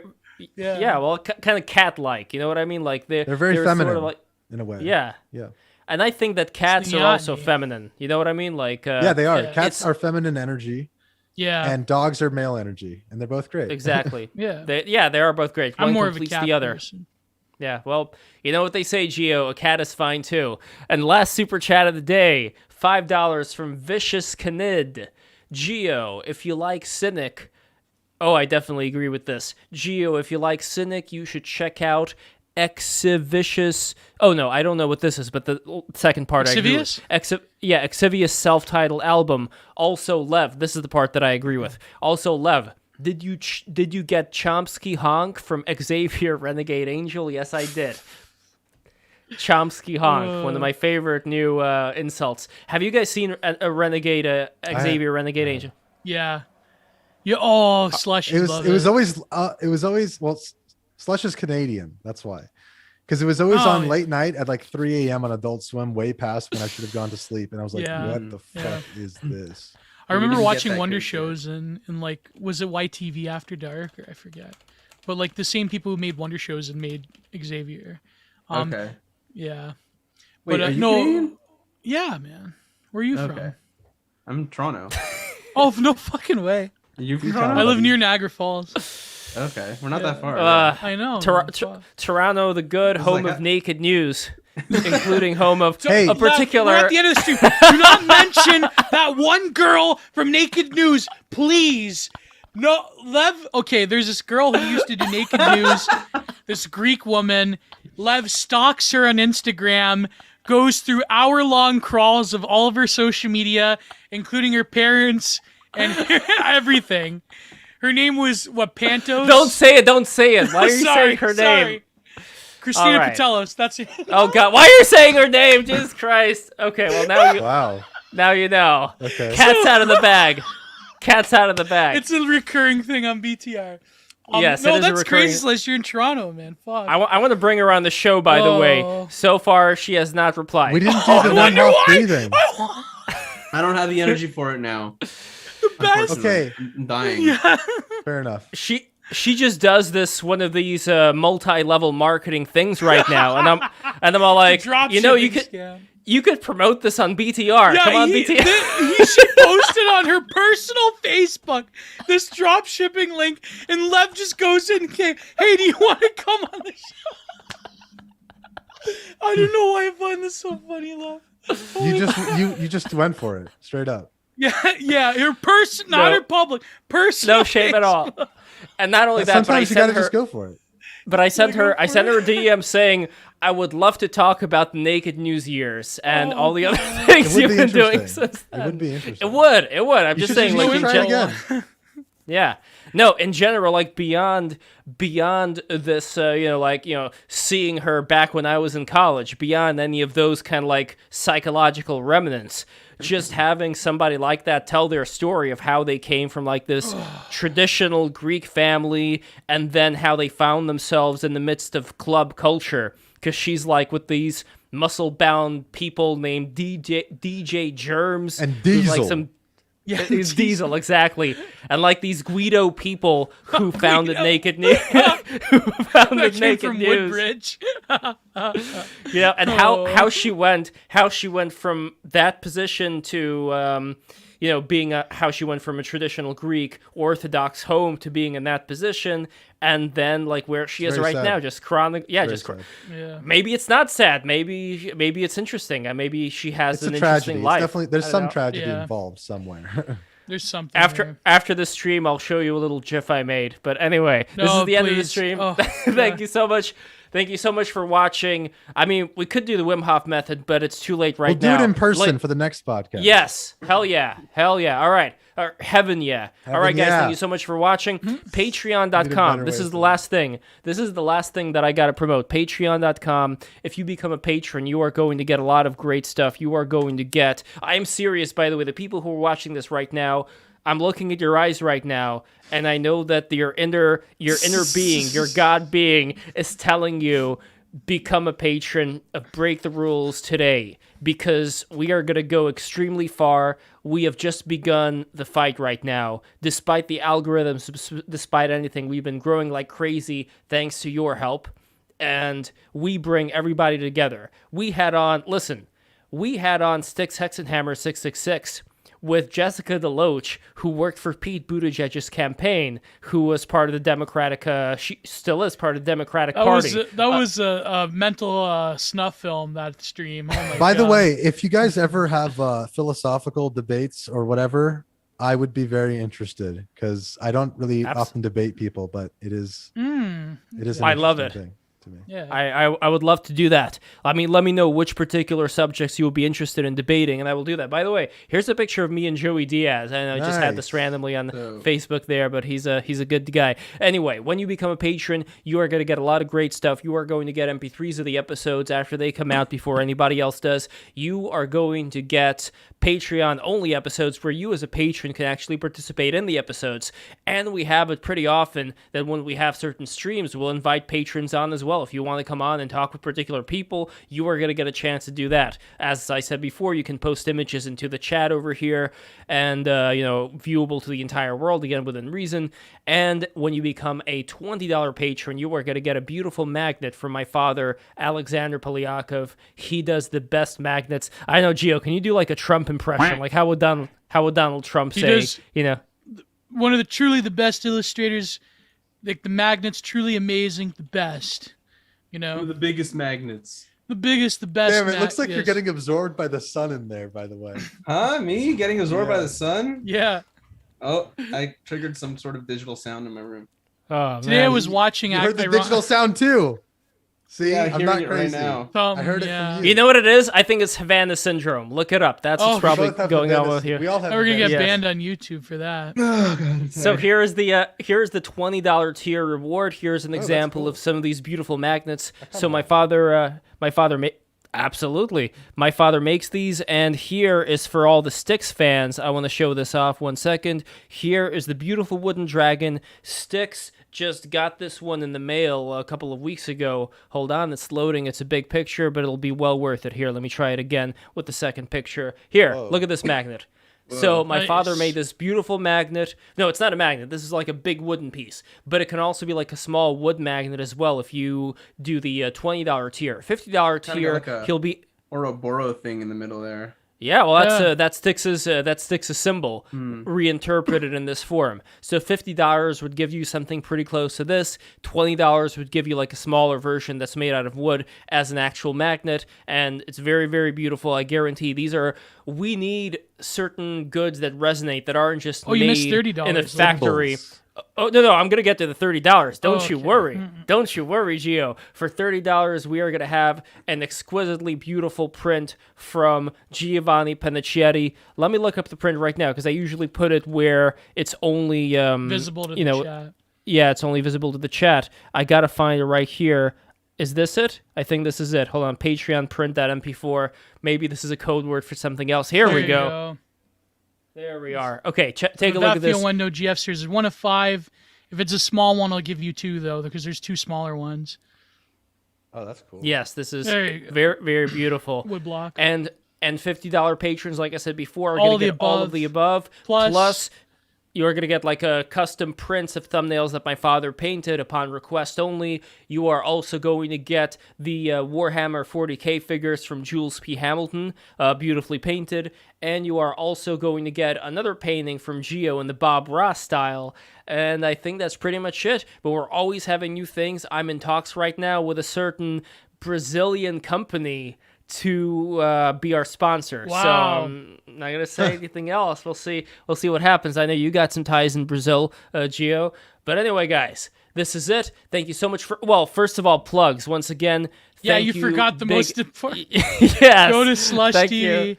Go to Slush TV. Hold on. Yeah. Rome was not built in a day. So go to Slush TV _ at Slush TV _ that is Slush's Twitter. Please follow Slush, and then go to Glink on Twitter, which is Glink Live. And I really dig that anime avatar, by the way.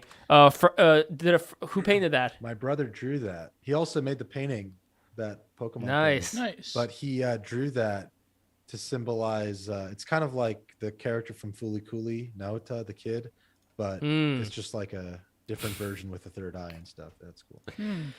By the way, speaking of the third eye, this is so good. Look what I just got on Twitter over here. This is amazing. There you go. See? Exactly. It looks like the entrance to a UFO now that it's framed this way. Oh my god, yeah. I remember we had that one stream, Meta Nomad, where he was taking you to task on that. But oh man, no. Then first of all, I don't need any of Meta Nomad's. I don't need any of Meta Nomad's little rituals. Okay, I can do this shit without the rituals. Oh, I don't know. I beg to differ. Anyways, go to their Twitters. Sorry, go to their YouTube channels. Although I'm pretty sure everyone knows. So go to first of all Glink's YouTube channel. So Lev, you can throw it up. Then Slush TV. Yeah. And you will find excellent documentaries, various oh shit. I didn't realize this, but Slush, you worked with our good friend Noah Hugbox, or Oh yeah, we did a podcast with them on the Gush podcast. we have a podcast called Gush, and we actually had an episode with Noah Hugbox. And, nice. That was a good one. But we do that. Twitter.com/Gush Podcast. Here it is. Please follow Gush Podcast. And We're also not as professional as you guys, by the way. Not even close. Yes. You guys are good. I like your guy. This is like the best podcast I've ever been on. I enjoyed this. Wow. Thank you. Thank you. I appreciate that. And Slush, remember, he also made one of the best Notch documentaries, or well, not documentary, but you know what I mean, Notch videos. Go and watch it. Glink, of course.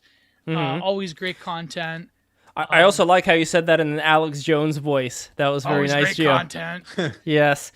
Subscribe to one day. YouTube.com. YouTube.com. Go subscribe to Slush content. On youtube.com/TV. And finally, I have no idea what you guys are doing the day before Thanksgiving, but the day before Thanksgiving on the 24th, which is a Wednesday, which is not traditional for BTR, we are going to have the Turkey Tom Thanksgiving special. And I would love to extend an invitation to you guys. Nice. If you want to come back on that day, sure. You are more than welcome to. I'm down. What is... Are we roasting Turkey Tom? Can it be the roast of Turkey Tom? Yeah. Sure. Let's do it. Please, yeah. Let's do that. Yes. And also, I'm going to try to get in my friend who works at the New York Times, who wrote a book where he was doing the talking points of Gamergate from the perspective of who won Gamergate, and it would be interesting to speak with him about Gamergate. Oh my god! Is there really any winning in Gamergate? There's no winning. What is Gamergate? Is it even real? I think it's done. It's a psyop. It's ancient. It seems like it was 1,000 centuries ago. To quote Gamergate is like the Graham Hancock, apocalyptic event that wiped out, and the survivors are left. Well, it's ground zero of the internet. Yeah. Exactly. It's the first impact. That's what it is. It's the first impact of the internet, for sure. Yes, exactly. Well, listen, we're gonna have this journalist that Lev knows debating. We could get Matt Forney on. There you go. Yeah, Forney. Oh, that'd be hilarious. Oh, he would be frothing at the mouth to trash a journalist on Gamergate. That'd be no. But we should be nice. We should be respectful. Yeah. Again, we're debating the ideas, not insulting, not hurling feces. But anyway, thank you guys so much for watching. I really appreciate it. Thank you so much. Thank you so much, Slush. Thank you so much, Glink. Thank you so much, Geo. Thank you so much for watching. Subscribe, like, click the goddamn bell. I forget the bell. Click that bell right now to make sure you always get whatever BTR is cooking. And next week, Turkey Tom Thanksgiving special. And we are also going to have on Alex Kachuta. She is back. And we are also going to have Mary Harrington joining her as well. And then next week, and then the week after that, we are going to have Jason Stapleton coming in on BTR for the first time, big libertarian podcaster talking about self-sufficiency now a lot.